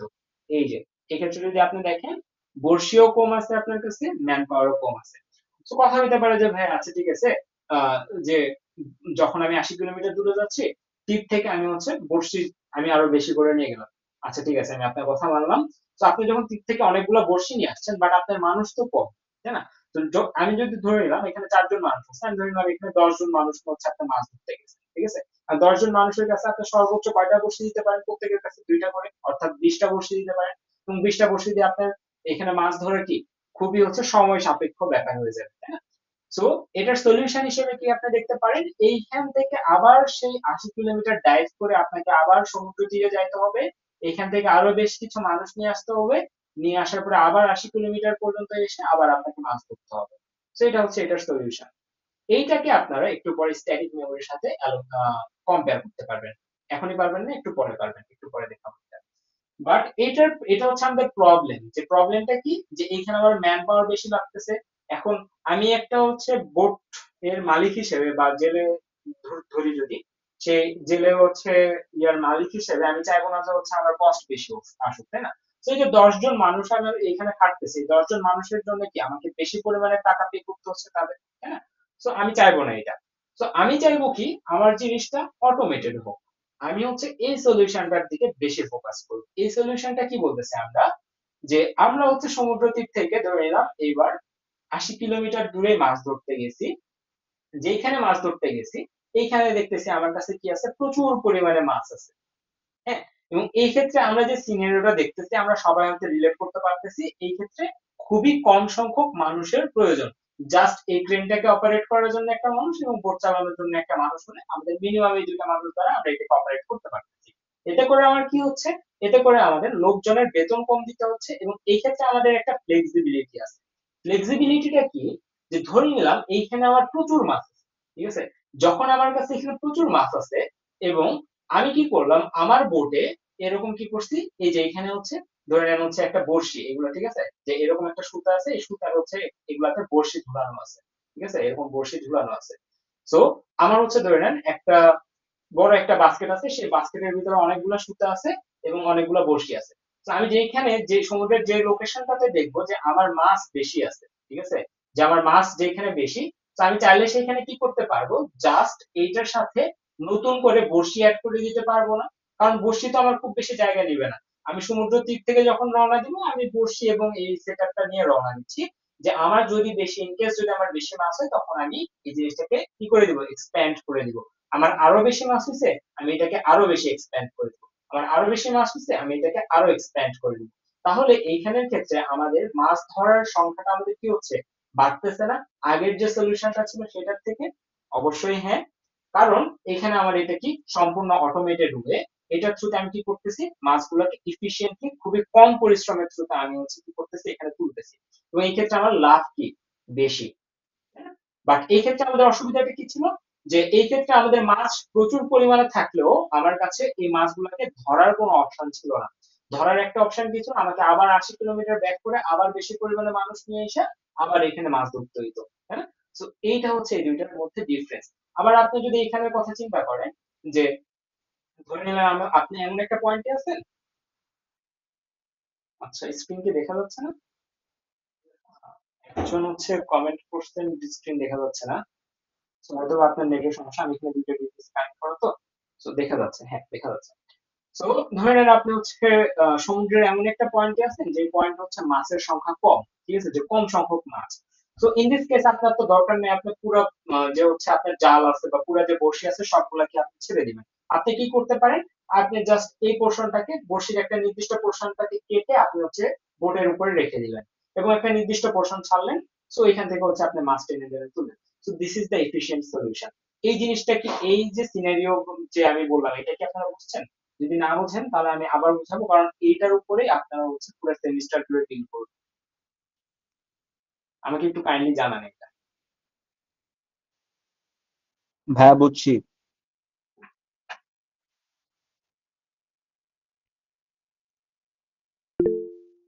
আহ, আপনার কথা বলতে পারেন, ভাইয়া আরেকবার ওভারভিউ দিয়ে দিলে মনে হয় ভালো হয় ভাইয়া। কোনো সমস্যা হলে আপনার কথা বলতে পারেন বা আমি কোশ্চেন করলে আপনার অ্যান্সার দিতে পারেন। ওকে, আচ্ছা। তো এতক্ষণ যা বললাম সবকিছু একটা অ্যানালজি ছিল, এখন হচ্ছে আপনারা রিয়েল ওয়ার্ল্ডের একটা প্রবলেমের সাথে ইন্ট্রোডিউস হতে যাচ্ছেন। যে ধরে নেন আপনি হচ্ছে একটা সফটওয়্যার বানাইছেন একটা ব্যাংকের জন্য, ঠিক আছে, একটা ব্যাংকের জন্য একটা সফটওয়্যার বানাইছেন। তো এই যে ব্যাংকের জন্য যে সফটওয়্যারটা বানাইছেন, এই সফটওয়্যারের কাজ হচ্ছে ব্যাংকে যে কি পরিমাণে হচ্ছে আপনার নতুন ইউজার আসবে সেই ইউজারদের ইনফরমেশন আপনার রেজিস্টার করবেন, ঠিক আছে। সেই রেজিস্টার করার জন্য আপনি একটা সফটওয়্যার বানাইছেন, ব্যাংকিং সফটওয়্যার, ঠিক আছে। এখন এই ব্যাংকিং সফটওয়্যারটা যদি আপনি এরকম একটা মেথড দিয়ে বানান, এই মেথডটাকে আমরা বলি হচ্ছে স্ট্যাটিক মেমোরি অ্যালোকেশন। এই মেথডটা যখন আপনি ব্যাংকিং সফটওয়্যারটাকে বানাবেন, তখন আপনার যে সমস্যাটা হবে যে আপনি ধরে নেন এইটাকে হচ্ছে প্লে স্টোরে ছেড়ে দিচ্ছেন, তখন ইউজার যখন হচ্ছে ধরে নেন এখানে আপনি ইউজ করবেন কি ব্যাংকিং সফটওয়্যারে আপনি সবসময় ইউজ করলেন ধরে নেন অ্যারে, ঠিক আছে। তো যখন অ্যারে ইউজ করতেছেন, এবং আমি মাত্র কি বলছি একটু আগে, অ্যারে হচ্ছে একটা স্ট্যাটিক মেমোরি অ্যালোকেশনের একটা উদাহরণ, স্ট্যাটিক মেমোরি অ্যালোকেশন। এবং স্ট্যাটিক মেমোরি অ্যালোকেশনের একটা সমস্যা কি ছিল একটু আগে যদি আপনারা দেখেন, স্ট্যাটিক মেমোরি অ্যালোকেশন ছিল ফিক্সড সাইজ। এটাকে কি করা যায় না, ডিক্লারের পরে কি করা যায় না, চেঞ্জ করা যায় না, can not be changed after declaration. So আপনি যখন হচ্ছে এই অ্যাপসটা বানাইছেন, বানানোর পরে যখন আপনি প্লে স্টোরে লঞ্চ করছেন এবং আপনি বলে দিয়েছেন যে এই অ্যাপস এর ভিতরে 1000-এর বেশি ইউজার কি করতে পারবে না, রেজিস্টার করতে পারবে না। সো যখন 1001তম ইউজার আসবে সে এখানে কি করতে পারবে না, রেজিস্টার করতে পারবে না। সো এটা একটা সমস্যা। সো এটার সলিউশন হিসেবে আপনাকে কি করতে হবে, আবার এই অ্যাপস এর যে কোড আছে সেই কোডে চেঞ্জ নিয়ে আসতে হবে। একটু আগে যে অ্যারেটা হচ্ছে আপনি 1000 দিয়ে লিখছিলেন, সেটাকে আবার হচ্ছে আপনাকে 2000-এ কনভার্ট করে দিতে হবে, ঠিক আছে। অর্থাৎ এই সিনারিওর সাথে আপনি একটু একটু মিলান, যে আপনি হচ্ছে ধরে নিছেন যে সমুদ্রের মাঝপথে 10 জন যে হচ্ছে জেলে আছে, 10 জন জেলে নিয়ে যে তাদের হাতে বড়শি ধরে দিলেই হয়ে যাচ্ছে। আমার যদি এর থেকে বেশি মাছ আসে, তাহলে এর থেকে বেশি মাছ আসবে না, এটা আপনি ধরে নিয়ে আপনি হচ্ছে 10 জন জেলে নিয়ে রওনা দিচ্ছেন 80 কিলোমিটার দূরে। আফটার দ্যাট আপনি এখানে যে দেখতেছেন বেশি মাছ আছে, তাহলে এটার সলিউশন কি, আপনাকে আবার সেই তীরে ব্যাক করতে হবে, তীরে ব্যাক করে আবার বেশি পরিমাণে জেলে নিয়ে আবার আপনাকে এখানে আসতে হবে, ঠিক আছে। তো এটা খুবই একটা হাসেল, ঠিক আছে। বাট আপনি এখানে অ্যাক্সের ক্ষেত্রে সেম কথা, যে আপনি হচ্ছে ইউজারের ইনফরমেশন নেওয়ার জন্য একটা অ্যারে নিছেন, লেটস একটা অ্যারে নিছেন, 100 জন আপনি ধরে নিছেন আপনার যে অ্যাপস আছে সেই অ্যাপসে 1000 জন ইউজারের বেশি ইউজার রেজিস্টার করবে না। সো আপনি হচ্ছে 1000 সাইজের একটা অ্যারে দিচ্ছেন। অ্যারে নেওয়ার পরে আপনি এই অ্যাপসটাকে লঞ্চ করছেন প্লে স্টোরে, এবং প্লে স্টোরে লঞ্চ করার পরে আপনার অ্যাপসটা সামহাউ খুব ভাইরাল হয়ে গেছে। তো এখন হচ্ছে এখানে রেজিস্টার ধরে নেন প্রচুর পরিমাণে ট্রাফিক আসতেছে, প্রচুর পরিমাণে ইউজার রেজিস্টার করতে চাচ্ছে, বাট আপনার 1000টা রেজিস্টার লিমিট কি হয়ে গেছে, পূরণ হয়ে গেছে। যখনই আপনার এখানে 1000টা লিমিট পূরণ হয়ে গেল, এখন এই পূরণ হয়ে যাওয়ার পরে আপনার 1001তম যে ইউজার রেজিস্টার করতে চাবে, এখানে রেজিস্ট্রেশন করতে চাবে, সে আর এখানে কি করতে পারবে না, রেজিস্ট্রেশন করতে পারবে না। তাকে আবার কি করতে হবে, আবার সেই ডেভেলপারটাকে এই ব্যাংক অ্যাপস এর যে কোডটা ছিল সেই কোডটাকে আবার ওপেন করতে হবে, করে এই 1000 থেকে আবার সাইজ বাড়ায় 2000 করতে হবে, ঠিক আছে। যেটা আমরা এই নৌকার ক্ষেত্রে করছিলাম। যখন আপনি এখানে মাছ দেখছেন আপনার কাছে অপশন নেই, আপনাকে আবার তীরে যেতে হবে, তীরে যেয়ে আবার নতুন জনবল নিয়ে এসে আবার কাজ করতে হবে। আরেকটু সামনে যে আরেকটু বেশি মাছ দেখছেন, আবার আপনার কাছে অপশন নেই, আবার আপনাকে তীরে ব্যাক করতে হবে, তীরে ব্যাক করে হচ্ছে আপনাকে কি করতে হবে, আবার জনবল নিয়ে এসে আবার মাছ ধরতে হবে, ঠিক আছে। So this is static memory allocation. এটার কোনো হচ্ছে কি ভালো সলিউশন না। তাহলে ডাইনামিক মেমোরি অ্যালোকেশন আপনাকে কি বলে, ডাইনামিক মেমোরি অ্যালোকেশন যেহেতু আপনারা এখনো পড়েননি, তো আপনাকে হচ্ছে বলি যে ধরে নেন আপনি এমন একটা অ্যাপস আপনি এখানে লঞ্চ করছেন, ধরে নেন এটা একটা আলাদিনের চেরাগ টাইপের একটা অ্যাপস, যে নতুন কোন ইউজার যদি এখানে রেজিস্টার করতে চাই, অ্যাপসটা বলে আচ্ছা ঠিক আছে তুমি রেজিস্টার করো। তার কোনো কি নাই, তার কোনো হচ্ছে এই মেমোরির কোনো কি নাই, কোনো বাধ্যবাধকতা নাই যে আমার 1000টাই কি হইতে হবে, এক্সাক্ট 1000 জনই আমার এখানে রেজিস্টার করতে পারবে, এটা কোনো বাধ্যবাধকতা নাই। যেমনটা আমরা এই এক্সাম্পলে দেখছি, যে যখনই আমার দেখতেছি যে বেশি পরিমাণে মাছ আছে, অর্থাৎ ব্যাংকে বেশি পরিমাণে ইউজার আছে, তখনই আমি জাস্ট কি করতেছি, নতুন নতুন বড়শি অ্যাড করে দিচ্ছি। এখন নতুন বড়শি অ্যাড করতে হলে তো আমাকে আবার 80 কিলোমিটার দূরে যাওয়ার দরকার নেই। আমি জাস্ট কি করলাম, লাস্ট যেখানে বড়শি শেষ হয়ে গেছে ওইটার সাথে নতুন কিছু বড়শির নোড আমরা এখানে অ্যাড করে দিলাম, ঠিক আছে। আরো বেশি ইউজার আসছে, আরো বেশি মাছ আসছে, আমি জাস্ট কি করলাম, এটাকে আরেকটু এক্সপ্যান্ড করে দিলাম, ঠিক আছে। So this is how it works, okay. So banking apps এর ক্ষেত্রে যখন আপনি ডাইনামিক মেমোরি অ্যালোকেশন যখন আপনি এখানে অ্যাপ্লাই করবেন, অর্থাৎ DMA dynamic memory allocation use করে যখন আপনি ব্যাংকিং অ্যাপসটাকে করতে যাবেন, তখন আপনার এটা এইভাবে কাজ করবে। ক্লাসটা হচ্ছে রেকর্ডেড থাকবে, যাদের নেট সমস্যা হচ্ছে তারা স্কিপ করতে পারেন, but live class I think আপনারা হচ্ছে আরো বেশি স্বাচ্ছন্দ্য বোধ করবেন, কারণ রেকর্ডেড ক্লাস আলটিমেটলি করা হয় না শেষে। ওকে। তো এরপরে এটা হচ্ছে আমাদের ডাইনামিক মেমোরি অ্যালোকেশন, আর মাত্র যেটা বললাম সেটা হচ্ছে স্ট্যাটিক মেমোরি অ্যালোকেশন। তাহলে স্ট্যাটিক মেমোরি অ্যালোকেশনে কি সমস্যা ছিল? স্ট্যাটিক মেমোরি অ্যালোকেশনে হচ্ছে আপনার বারবার যে সোর্স কোড আছে সেই সোর্স কোডটাকে আপনাদের চেঞ্জ করা লাগতেছে। যে যখনই আপনি দেখতেছেন যে আপনার ইউজার সংখ্যা, আপনি যে অ্যারের সাইজটা নিছেন সেই অ্যারের সাইজটা আপনি প্রথমে ধরে নিছেন কি 1000 জন ইউজারের বেশি ইউজার এখানে হবে না। মাত্র আপনাদের আজকের সেশনের ক্ষেত্রে যেটা হয়েছিল যে আমরা অ্যাজাম্প করছিলাম 100 জন স্টুডেন্টের বেশি হবে না, বাট কারেন্টলি হচ্ছে এখানে তিনটা জুমে অ্যারাউন্ড 250 স্টুডেন্টস এর মতো আপনারা জয়েন আছেন। তো প্রথমে আমাদের অ্যাজাম্পশনটা ছিল কি 100 জন স্টুডেন্টের বেশি আমরা হচ্ছে পাবো না, ঠিক আছে, আমাদের লাইভ ক্লাস করবে না। সো দ্যাট আমরা কি করছিলাম, জাস্ট একটা মাত্র জুম লিংক এখানে খুলে রাখছিলাম। যখন দেখলাম 100 জনের বেশি স্টুডেন্ট এখানে কি হয়ে গেছে, এনরোল করছে, মানে জয়েন হয়েছে, তখন আমরা কি করলাম, আবার হচ্ছে আরেকটা জুম লিংক খুললাম, খুলে তারপর ওইটা যখন পূর্ণ হয়ে গেছে আরেকটা জুম লিংক খুললাম। সো এটা হচ্ছে কি আমাদের টাইম ওয়েস্ট হচ্ছে, এক্ষেত্রে আমাদের এফিসিয়েন্সি লস্ট হচ্ছে এখানে। বাট এরকম যদি হইতো যে 100 জন হইছে, সমস্যা নেই, 101তম যে পার্সন আসবে সেও জয়েন করতে পারবে, 102, 502, 1002 যেই আসুক না কেন আমাদের এখানে জয়েন করতে পারবে। সো এইটা হচ্ছে আমাদের ডাইনামিক মেমোরি অ্যালোকেশন। আর এই যে এখানে আমরা ফিক্স করে দিচ্ছি এটা হচ্ছে আমাদের স্ট্যাটিক মেমোরি অ্যালোকেশন। যে প্রথমে 100 দিয়ে আমরা অ্যাপসটা লঞ্চ করলাম, সো সামহাও আমার এখানে 100 এর বেশি পরিমাণে রেজিস্টার হয়ে গেল, তখন এইখানে স্টোরেজ বাড়ানোর কোনো অপশন নাই, আপনাকে কি করতে হবে, আবার সেই সোর্স কোডটাকে এডিট করতে হবে, এডিট করার পরে আবার নতুন করে প্লে স্টোরে কি করতে হবে, আবার এটাকে লঞ্চ করতে হবে। ধরেন নতুন করে এডিট করে 200 দিয়ে আপনি এখানে সার্চ দেন, ঠিক আছে, যখন আবার 200 জন এখানে লিমিট এক্সিড হয়ে যাবে আপনাকে আবার এখানে 500 করতে হবে, ঠিক আছে। So this is how it works. আর ডায়নামিকের ক্ষেত্রে যেটা হয়, যখন আপনার ইউজার আসতেছে তখনই এটা কি হয়ে যাচ্ছে, এক্সপ্যান্ড হয়ে যাচ্ছে, যেটা এটার ক্ষেত্রে আমরা দেখলাম। সো এইটা থেকে আপনারা কিভাবে পরীক্ষায় কোশ্চেনের অ্যান্সার করবেন, আপনাকে পরীক্ষা জিজ্ঞেস করবে ডাইনামিক মেমোরি অ্যালোকেশন বলতে কি বুঝো, স্ট্যাটিক মেমোরি অ্যালোকেশন বলতে কি বুঝো, এবং আরেকটা কোশ্চেন করতে পারে dynamic versus static memory allocation, তাদের মধ্যে পার্থক্যগুলো দেখেন। সো এই জিনিসটা কি ক্লিয়ার আপনারা, এই যে দুই সিনারিওতে যা বুঝালাম এটা ক্লিয়ার কি আপনারা? একটু জানান কাইন্ডলি আমাকে। জি ভাইয়া। ওকে, তো এটা ক্লিয়ার হলে আমরা হচ্ছে একটু সামনের দিকে আগে আপনারা হচ্ছে না জুমের করে হচ্ছে স্ট্যাটিক মেমোরি অ্যালোকেশন নাই, আমরা হচ্ছে একটু পরে আপনার এই কোশ্চেনটাকে হচ্ছে ইলাবোরেট করতেছি যে জুমের করে কি স্ট্যাটিক মেমোরি অ্যালোকেশন দেওয়া না, এটা আমি জাস্ট হচ্ছে একটা এক্সাম্পলের জন্য বললাম যে আপনারা মডার্ন যত অ্যাপ্লিকেশন দেখবেন সবকিছুতে ডাইনামিক মেমোরি অ্যালোকেশন দেওয়া, ঠিক আছে। আবার এটা ভাবার দরকার নেই যে স্ট্যাটিক মেমোরি অ্যালোকেশন কোথায় দিতে হয় না, অবশ্যই স্ট্যাটিক মেমোরি অ্যালোকেশন দিতে হয়। তো যখন হচ্ছে আপনারা লিঙ্ক লিস্ট পড়া শেষ করবেন তখন দেখবেন যে আচ্ছা ঠিক আছে যে কোথায় কোনটা ইউজ করবে, আচ্ছা সরি, কোথায় কোনটা ইউজ করলে আপনাদের হচ্ছে বেটার হচ্ছে, ঠিক আছে। তো এটা আপনারা একটু পরে দেখতে পাবেন। ওকে, সো ডাইনামিক মেমোরি অ্যালোকেশনের ক্ষেত্রে যদি আপনারা দেখেন যে the concept of dynamic memory allocation in C language enables the C programmer to allocate memory at run time, ঠিক আছে। এখন আপনাদের বুঝতে হবে রান টাইম কি, এবং আরেকটা টার্ম আসে আপনাদের কম্পাইল টাইম। এই দুইটা জিনিস নিয়ে প্রচুর পরিমাণে সাফার করবেন যদি আপনারা এটা না বুঝেন। আপনাদের হচ্ছে সামনে জাভা যখন পড়বেন, যখন অ্যালগরিদম পড়বেন, সবগুলাতে কম্পাইল টাইম দেখবেন, রান টাইম দেখবেন, আর টিচাররা দেখবেন যে খুবই স্মুথলি বলতেছে যে রান টাইম কম্পাইল টাইম। আপনার কাছে ইতস্তত বোধ হইতে পারে যে টিচারকে জিজ্ঞেস করে রান টাইম কি কম্পাইল টাইম কি, আপনি করবেন না। তো আলটিমেটলি হচ্ছে আপনি কোর কনসেপ্ট থেকে দূরে সরে যাবেন। তো আমরা একটু এটা বোঝার চেষ্টা করি। ওকে, সো ধরে নেন আপনি একটা সি প্রোগ্রাম লিখছেন ইন্টিজার নেম, যেটা হচ্ছে এখানে হচ্ছে রিটার্ন 0 করবে, ফাইন।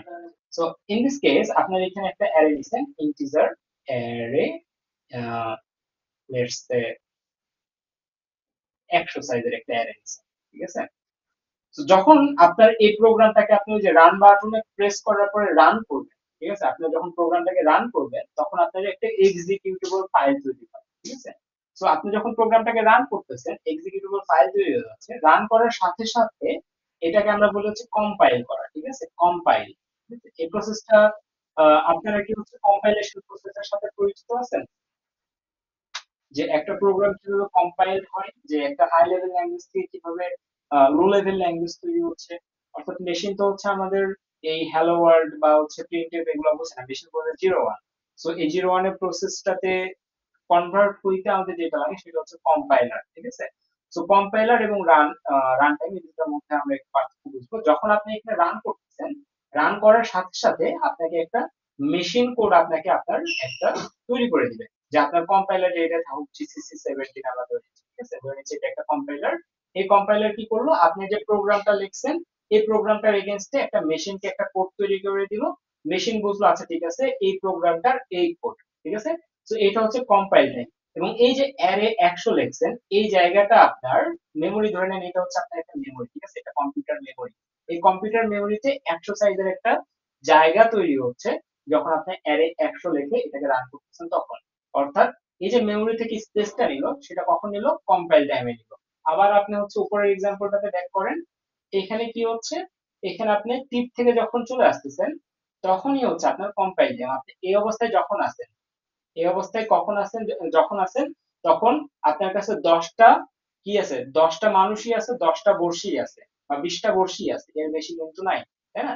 কারণ হচ্ছে এই মাছ সমুদ্রে আপনি মানুষ পাবেন না, মাছ সমুদ্রে আপনার মাছ বেশি থাকলে আপনি এখানে মাছ ধরতে পারবেন না।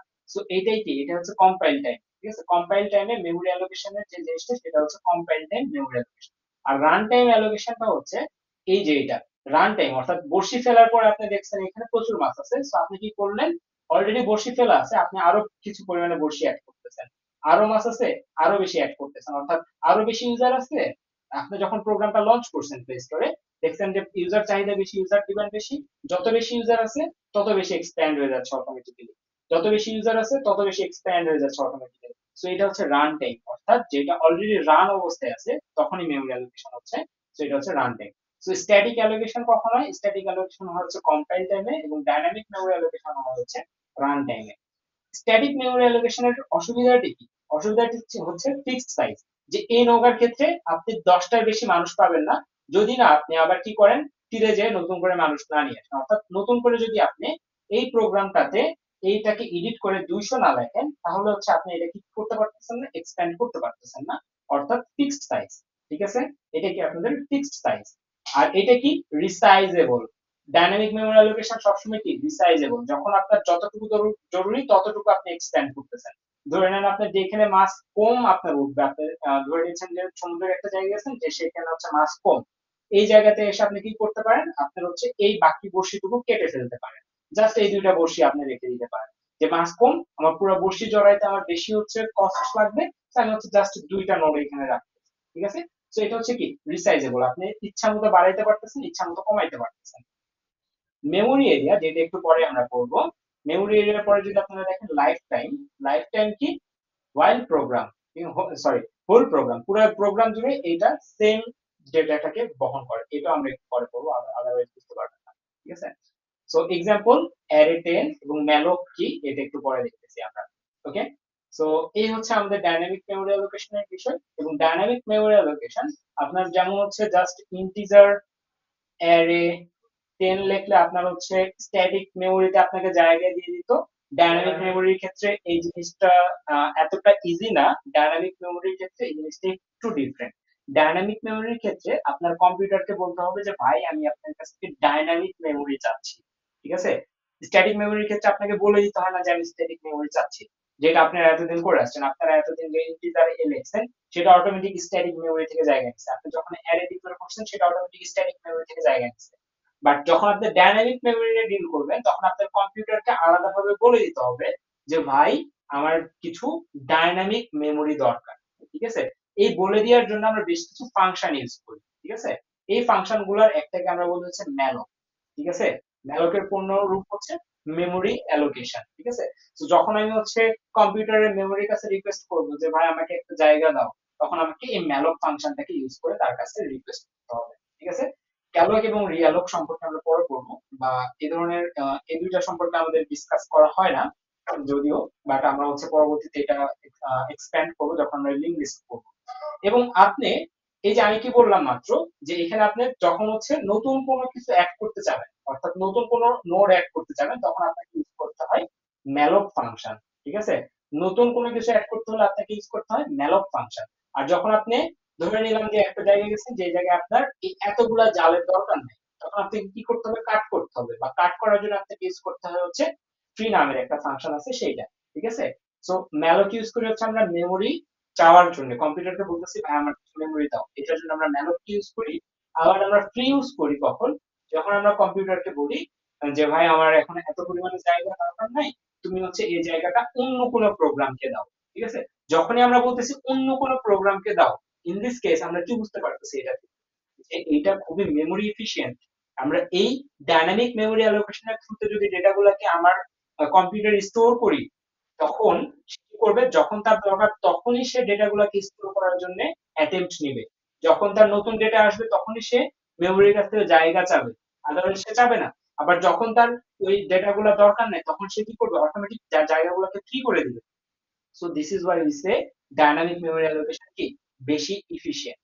ওকে, সো এই হচ্ছে বিষয় যে এখানে ম্যালোক এবং নিউ দ্বারা কি বোঝানো হয় সেটা আমরা থার্ড ক্লাস। ওকে, তো আশা করি যে হচ্ছে ডাইনামিক মেমোরি অ্যালোকেশন বোঝা গেছে। এরপরে আমরা আসি হচ্ছে আমাদের মেমোরি ম্যানেজমেন্ট নামে একটা টপিক আছে, যেটা আপনাদের লাস্ট সেমিস্টারে পড়ে আসার কথা ছিল, বাট আই এম শিওর যে আপনারা লাস্ট সেমিস্টারে এই ধরনের কোনো কিছুর সাথে পরিচিত হন নাই। সো মেমোরি ম্যানেজমেন্ট বা memory layout in C programming. ঠিক আছে, সো মেমোরি ম্যানেজমেন্ট বা memory layout in C programming, এই জায়গায় যদি আপনারা দেখেন যে এই প্রোগ্রামটা আপনারা সবাই বুঝতে পারবেন যে এটা একটা বেসিক একটা সি প্রোগ্রাম, যেটাতে এই 8 নাম্বার লাইন থেকে 18 নাম্বার লাইন পর্যন্ত এটা হচ্ছে একটা কি মেইন ফাংশন, আবার এটা হচ্ছে আলাদা আরেকটা ফাংশন যেটার নাম প্রিন্ট ফাংশন। ঠিক আছে, এবং এইখানে হচ্ছে আমাদের দুইটা গ্লোবাল ভেরিয়েবল আছে যারা হচ্ছে অন্য যে কোনো ফাংশন থেকে বাইরে আছে। ঠিক আছে, তো এটা আপনারা বোঝেন, এই প্রোগ্রামটা বলছেন। বাট এই প্রোগ্রামটা যখন আপনি রান করতেছেন, যেহেতু আপনি ডেটা স্ট্রাকচার করতেছেন, তাহলে আপনাকে অবশ্যই জানতে হবে কম্পিউটার ডেটাগুলোকে কিভাবে স্টোর করতেছে সেটা, আদারওয়াইজ আপনি এটা পড়ে মজা পাবেন। ঠিক আছে, ধরে নেন এখানে একটা রান বাটন আছে, আপনি যখন এটাকে রান করছেন, রান করার সাথে সাথে আপনার মেমোরিতে এই যে আপনার এখানে যে বিভিন্ন ভ্যালু আছে, এই ভ্যালুগুলো তো আপনার মেমোরিতে প্রথমে স্টোর হবে, তাই না? তো ধরে নেন এখানে একটা মেমোরি আছে, সেই মেমোরিটাকে আমি এখানে এভাবে দেখাচ্ছি। তো এই মেমোরিতে সবগুলা ভ্যালু একই স্থানে স্টোর হবে না। ঠিক আছে, এখানে এই জায়গায় বিভিন্ন ক্যাটাগরি আছে, ক্যাটাগরি ভেদে বিভিন্ন জায়গায় বিভিন্ন ভ্যালু স্টোর হবে। লাইক আপনি যদি চিন্তা করেন যে গ্লোবাল ভেরিয়েবল গুলো আছে, সেই গ্লোবাল ভেরিয়েবল গুলো যে এখানে স্টোর হবে, গ্লোবাল ভেরিয়েবল কারা, যারা অন্য যে কোনো ফাংশনের বাইরে ডিক্লেয়ার করা থাকে। এই যে দুইটা ভেরিয়েবল দেখতেছি, এই দুইটা ভেরিয়েবল কোনো ফাংশনের অন্তর্গত না, তো তারা কি, তারা হচ্ছে গ্লোবাল ভেরিয়েবল। তো এই ধরনের যেসব গ্লোবাল ভেরিয়েবল গুলো থাকে, সেই গ্লোবাল ভেরিয়েবল গুলো আমাদের মেমোরির একটা অংশ আছে স্ট্যাটিক অথবা গ্লোবাল নামে, সেই গ্লোবাল নামের সেগমেন্টে স্টোর হয়ে যায়। আশা করি এটা বোঝা গেছে। এরপরে আমাদের আসে হচ্ছে এই যে আমাদের যে প্রোগ্রাম আছে, পুরো প্রোগ্রাম জুড়ে লোকাল কিছু ভেরিয়েবল আছে। লোকাল ভেরিয়েবল কারা, যারা একটা ফাংশনের অন্তর্গত, যেমন এই জায়গা থেকে এই জায়গা পর্যন্ত একটা ফাংশন, এই ফাংশনের ভিতরে লোকাল ভেরিয়েবল কোনটা, এইটা একটা, এইটা একটা, এরা দুইটা হচ্ছে লোকাল ভেরিয়েবল। আবার এই ফাংশনের ক্ষেত্রে এটা একটা লোকাল ভেরিয়েবল। তো এই ধরনের যেসব লোকাল ভেরিয়েবল গুলো আছে, এই লোকাল ভেরিয়েবল গুলাকে আমরা স্টোর করি হচ্ছে কোথায়, আমরা হচ্ছে এই যে আহ আমাদের যে স্ট্যাক নামে যে জায়গাটা আছে, এই স্ট্যাক নামে যে জায়গা আছে, এখানে আমরা সেই সকল লোকাল ভেরিয়েবল গুলোকে স্টোর করে থাকি। ওকে, সো স্ট্যাকের ভিতরে আমরা লোকাল ভেরিয়েবল স্টোর। এরপর আমাদের আছে কি, এই যে আমরা এখানে লিখতেছি যে প্রিন্টএফ, তারপরে আমরা লিখতেছি ইফ এলস বা ফর লুপ, এই ধরনের ইনস্ট্রাকশনাল যেসব সেট আছে সেগুলোকে আমরা টেক্সট বা কোড নামের একটা অংশ আছে সেখানে স্টোর করি। এবং মোস্ট ইম্পর্টেন্টলি আপনারা যখন এই যে আমরা একটু আগে বললাম ম্যালকের মাধ্যমে আমরা কম্পিউটারের কাছ থেকে জায়গা চাবো, কারণ কম্পিউটারের কোন জায়গা থেকে আমরা জায়গাটা চাচ্ছি সেটা হচ্ছে আমাদের হিপ। আমাদের মেমোরিতে একটা জায়গা আছে হিপ নামের, যখন আমরা ম্যালক নিয়ে কাজ করব বা ডাইনামিক মেমোরি নিয়ে কাজ করব, তখন আমরা মেইনলি এই হিপের কাছে রিকোয়েস্ট করি যে ভাই আমাকে কিছু জায়গা দাও। তখন হিপ তার যে মেমোরি এরিয়া আছে সেই এরিয়া থেকে আমাকে বেশ কিছু জায়গা প্রদান করে, যে জায়গাতে আমরা ডেটাগুলোকে স্টোর করি। বুঝা গেছে? তো এই হচ্ছে আমাদের টোটাল যে কনসেপ্টটা সেইটা। এখন যদি আমরা হচ্ছে আমাদের সিলেবাসে ব্যাক করি, সো এই সিলেবাসের প্রথমে আমাদের যেটা আমরা কি কভার করলাম এটা যদি একটু দেখি, কোর্স আউটলাইন ডিসকাশন করছি। আমাদের ডেটা স্ট্রাকচার কেন দরকার এটা খুব শর্টলি যদি আরেকবার বলি, যে আমরা লাইব্রেরির কথা চিন্তা করব, লাইব্রেরিতে এলোমেলো ভাবে যদি বই রাখি আমাদের কাঙ্ক্ষিত বই পাইতে বেশি সময় লাগবে। সো একই ভাবে যদি ডেটা স্ট্রাকচারের ক্ষেত্রে যদি আমরা কম্পিউটারে বেশি পরিমাণে এলোমেলো ভাবে ডেটা স্টোর করি, আমাদের ডেটাটাকে রিট্রিভ করতে বেশি সময় লাগবে। হ্যাঁ, সো দ্যাট আমরা হচ্ছে একটা স্ট্রাকচারড ওয়েতে ডেটাটাকে স্টোর করি যাতে আমরা রিট্রাইভাল টাইমটাকে কমায় নিয়ে আসতে পারি। রিয়েল লাইফ এক্সাম্পল কি, আনডু, রিডু, তারপর হচ্ছে যে ওয়েবসাইট সার্ফিং করতেছি বা আমি যদি এই জায়গা থেকে এই ওয়েবসাইটটা কেটে দিই, এটাও হচ্ছে কি একটা ডেটা স্ট্রাকচারের পার্ট। যেটা আপনারা শিখবেন আস্তে আস্তে। ওকে, তারপরে কি কম্পিউটার মেমোরি কিভাবে স্টোর করে ডেটা, একটু আগে যেটা দেখলেন যে কম্পিউটারের কোন পার্ট কোন ডেটাটাকে স্টোর করে সেটা আমরা শিখলাম। এরপরে হচ্ছে আমাদের কি আছে, ডাইনামিক মেমোরি অ্যালোকেশন এবং স্ট্যাটিক মেমোরি অ্যালোকেশন, এই দুইটা হচ্ছে আমরা কি একটা দুইটা বোর্ডের সিনারিওর মাধ্যমে দেখছি। এবং শেষে আছে কি difference between dynamic and static memory allocation. Okay, so এই ছিল আজকের বিষয় এবং পাশাপাশি হচ্ছে আমরা অ্যারের পার্শিয়াল আজকে কিছুটা রিভিউ নিছি, বাট নেক্সট ক্লাসে আমরা হচ্ছে ইন ডিটেইলস এই কয়টা টপিক করব।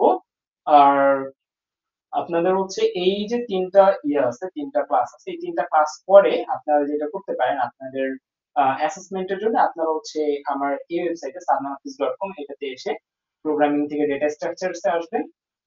এখান থেকে হচ্ছে আমাদের দুইটা কুইজ ওপেন করে দিয়ে আছে। সো কুইজ 1 অর্থাৎ লিঙ্গিস্টের উপরে যে কুইজটা আছে, সো এটাতে হচ্ছে আপনারা পার্টিসিপেট করতে পারেন আপনার ইয়াটা যাচাই করার জন্য। এবং আমি চেষ্টা করবো এই তিনটা ক্লাসের মাধ্যমে আপনাদের ফার্স্ট কুইজের যে পড়াশোনা আছে সেগুলোকে কভার করে দিতে। ওকে, আচ্ছা, সো এই হচ্ছে কোর্সের বিষয়। আর আমাদের হচ্ছে একটা অফার আছে, সেটা হচ্ছে উইথিন 7th সেপ্টেম্বর যদি আপনারা হচ্ছে কোর্সে এনরোল করেন তাহলে হচ্ছে আপনার টোটাল কোর্স ফির উপরে 10% ডিসকাউন্ট পাবেন। আর এইটার যে হচ্ছে রেজিস্ট্রেশন লিংক এটা হচ্ছে আপনার গ্রুপে শেয়ার করে দিব, so interested persons can register. Okay, so next ক্লাসে দেখা হচ্ছে। কারো কি কোনো কোশ্চেন আছে এটাতে? এনিওয়ান? যে কোনো ধরনের কোশ্চেন, সাবজেক্ট রিলেটেড বা এই সেমিস্টার অন্য কোনো সাবজেক্ট রিলেটেড, যে কোনো কিছু আপনারা জিজ্ঞেস করতে পারেন।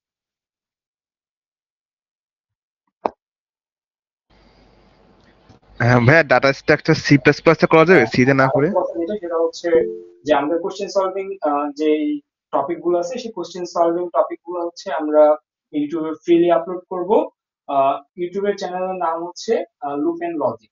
ঠিক আছে, তো আপনারা যদি হচ্ছে লুপ এন্ড লজিক লিখে সার্চ করেন ইউটিউবে তাহলে হচ্ছে আপনারা ইউটিউব চ্যানেল চলে আসবেন।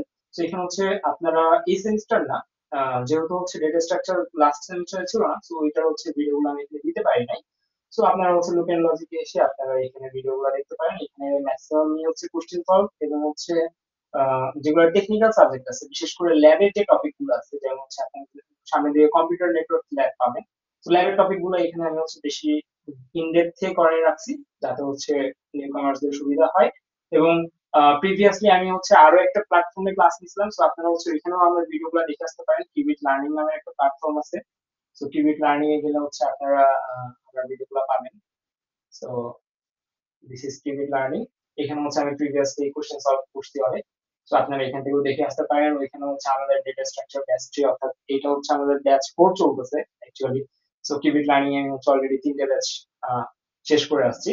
তো এই ধরনের এক্সপিরিয়েন্সের সাথে আমি হচ্ছে নতুন না, তো হোপফুলি হচ্ছে আপনাদের ভালো কিছু ডেলিভার করতে পারবো। আর যেটা আরেকটা কথা বলতে চাইলাম, আপনাদের কি কি সাবজেক্ট আছে এই সেমিস্টারে, এটা কি কাইন্ডলি আমাকে একটু জানাবেন?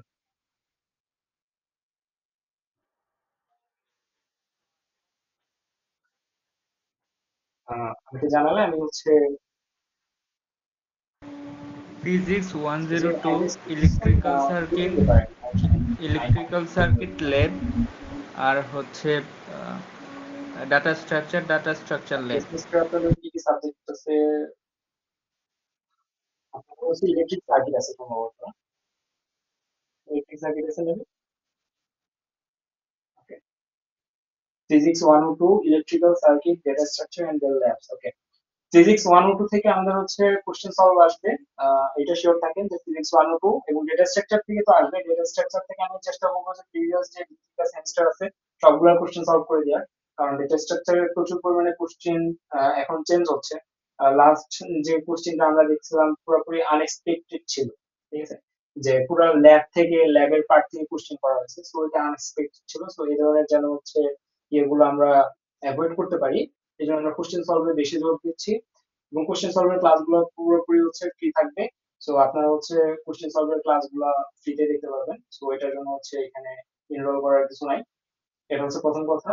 আর আপনারা হচ্ছে আমার চ্যানেলটা সাবস্ক্রাইব করে রাখতে পারেন, জাস্ট আপনারা যদি হচ্ছে যদি না আপনারা হচ্ছে দেখবেন যে নেক্সট সেমিস্টার গুলোতে যেমন হচ্ছে ওপি যখন পাবেন বা কম্পিউটার নেটওয়ার্কস পাবেন বা হচ্ছে আপনাদের এই যে এটা কি বলে ডেটা কমিউনিকেশন, এগুলোতে হচ্ছে আপনাদের এখানে প্রচুর পরিমাণে এক্সাম্পল সহ এগুলোকে সলভ করা আছে।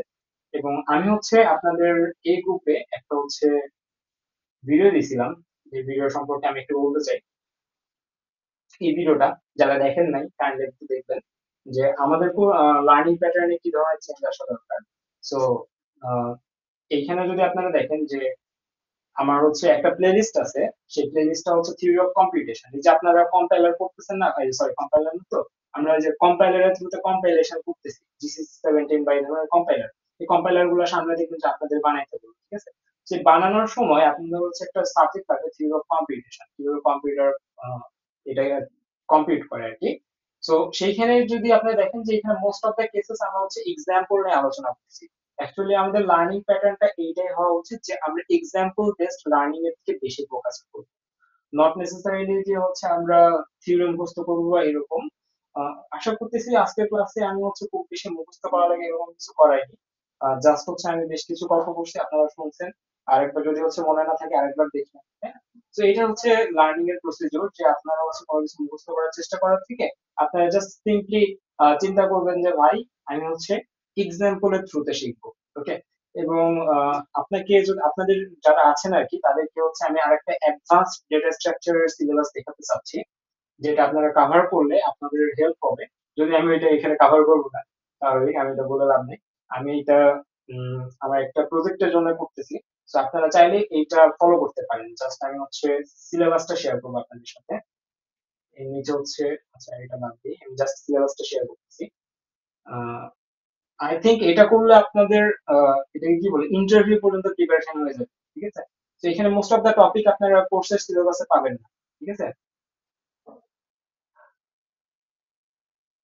এই যে এইখানে হচ্ছে যে টপিক গুলো আছে, এই টপিক গুলাই হচ্ছে আপনাকে ইন্টারভিউ জিজ্ঞেস করবে। এই আমরা হচ্ছে, আচ্ছা বলে রাখি যে আমরা একটা ওয়েবসাইট ক্রিয়েট করতে চাচ্ছি যেখানে এই ধরনের রিসোর্স ফ্রিলি থাকবে, যেখানের জন্য আমরা এই জিনিসগুলোকে আস্তে আস্তে লিস্টেড করা শুরু করছি।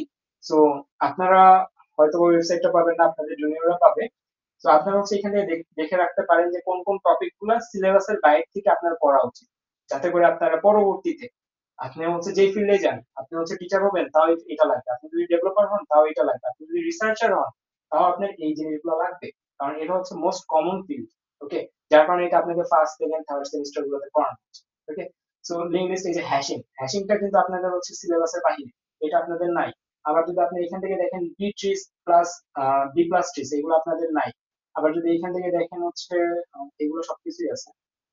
এই সার্চিং থেকে হচ্ছে আপনারা next semester linear search binary search করেন, বাট বাকি দুইটা সার্চ পাবেন না।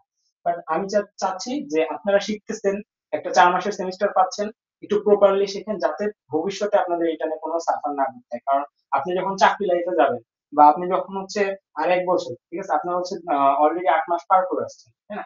তো আমি হচ্ছে আমার কাছে যেসব স্টুডেন্টরা সাজেশনের জন্য আসে তাদেরকে আমি সবসময় একটা কথা বলি যে ভাইয়া, আহ, প্রথম 1টা বছর আপনি জাস্ট কি করেন, ভিজুয়ালাইজ করেন যে আপনি এক্সপ্লোর করেন আপনার কাছে কোন কোন ফিল্ড অ্যাভেলেবল আছে, ইচ এন্ড এভরি ফিল্ড আপনি এক্সপ্লোর করেন, ঠিক আছে। যে আপনি 2 দিন ডেভেলপিং শিখে দেখেন কেমন লাগে, 2 দিন রিসার্চে যে বিষয়গুলো আছে এগুলো নিয়ে ঘাটাঘাটি করে দেখেন কেমন লাগে, 2 দিন হচ্ছে পড়ায় দেখেন, স্টুডেন্টসদের পড়ায় দেখেন কেমন লাগে। তারপর আপনি যখন আপনি একটা ইন্টারেস্ট পাচ্ছেন দেন আপনি ওইটাতে আগান, ঠিক আছে। তো আমি মনে করি যে ফার্স্ট সেমিস্টার আসার পর একটা স্টুডেন্টের প্রথম কাজ হচ্ছে প্রথম 1 বছর জাস্ট এক্সপ্লোর করা, এবং এই এক্সপ্লোরের সাথে সাথে আপনার যে কম্পিটিটিভ প্রোগ্রামিং এ লেগে থাকা, ঠিক আছে। এবং 1 বছর পরে আপনাকে একটা পাথ মোটামুটি ফিক্সড করে নিতে হবে যে এই পাথে আমি এগোবো, দেন হচ্ছে আপনি ওই পাথে আগাইতে পারেন, ঠিক আছে। তো এটা হচ্ছে আমার সাজেশন। তো যেহেতু আপনাদের এখন 1 বছর পূর্ণ হয়নি, তো আপনারা চাইলে এই জিনিসগুলোকে ইন ডিটেলস একটু করতে পারেন। আমি বলতেছি না এগুলো আমি হচ্ছে এখানে ইন ডিটেলস শিখাবো, বাট ভবিষ্যতে হয়তো 3-4 মাসের মধ্যে আমি আমার ইউটিউবে এই জিনিসগুলোকে ফ্রিলি অ্যাভেলেবল করে দিব, যাতে আপনারা জিনিসগুলো ইন ডেপথে শিখতে পারেন, ওকে। তো এটা, আর আমাদের হচ্ছে এই যে 557 member data structure with group and logic, এই গ্রুপটা হচ্ছে আমাদের সাব গ্রুপ। আমাদের মেইন গ্রুপে আপনি এখানে জয়েন করতে পারেন, যেখানে আমাদের প্রত্যেকটা কোর্সের ডিটেইলস, এবং সবচেয়ে ইম্পর্টেন্ট যে বিষয়টা সেটা হচ্ছে আমরা আহ, আমার কথা বলতেছি যে আমি পরীক্ষার আগের দিন সকালবেলা এই ধরনের নোটস হচ্ছে এখানে প্রোভাইড করি, তো আপনি এখানে নোটসও পাবেন বিভিন্ন সেমিস্টারে। আর এই তো, আর কি কারো কোনো কোশ্চেন আছে এখানে, থাকলে আমাকে নির্দ্বিধায় জানাতে পারেন। Any question? আচ্ছা, একজন বলছে হচ্ছে লাস্ট কোন কোর্সের ব্যাপারে বললাম, লাস্ট হচ্ছে আমি থিওরি অফ কম্পিউটেশন কোর্সের ব্যাপারে বলছি, যেটাতে হচ্ছে আপনার আজ থেকে 50-60 বছর আগে মানুষ কিভাবে চিন্তা করতো কম্পিউটার নিয়ে সেগুলো সম্পর্কে পড়ানো হয়। বাট এটা মোটেও থিওরি না, এটা অনেক লজিক্যাল একটা সাবজেক্ট, এবং এখানে ওই সকল প্রবলেম নিয়ে ডিসকাস করা হয়, যেসব প্রবলেম সলভ হয়েছে, আবার কোন কোন প্রবলেম কখনোই প্রবলেম গুলাকে সলভ করা সম্ভব না, এই ধরনের কিছু প্রবলেম বা খুব ইন্টারেস্টিং একটা সাবজেক্ট সামনের দিকে পাবেন আপনারা। এটা সম্পূর্ণ প্লে লিস্ট হচ্ছে ফ্রিতে দিয়ে আছে এখানে। তো এরকম হচ্ছে আমার মোটামুটি 7 থেকে 8টা প্লে লিস্ট এখানে ফ্রিতে আছে, এবং কোশ্চেন সলভ গুলো এখানে আসতে থাকবে। তো আপনারা চাইলে এখানে সাবস্ক্রাইব করে রাখতে পারেন, এবং আমাদের টেলিগ্রামের যে মেইন চ্যানেলটা আছে এটাতেও জয়েন হয়ে থাকতে পারেন। দুইটা লিংক হচ্ছে আমি একটু করে দিয়ে দিচ্ছি। আর যে ভিডিওটা অবশ্যই হচ্ছে আমি একটু প্রসেস করে আফটার দ্যাট হচ্ছে আমি ইউটিউবে আপলোড দিয়ে দিব, এটা নিয়ে কোনো চিন্তা নাই। ওকে, আর কি কারণ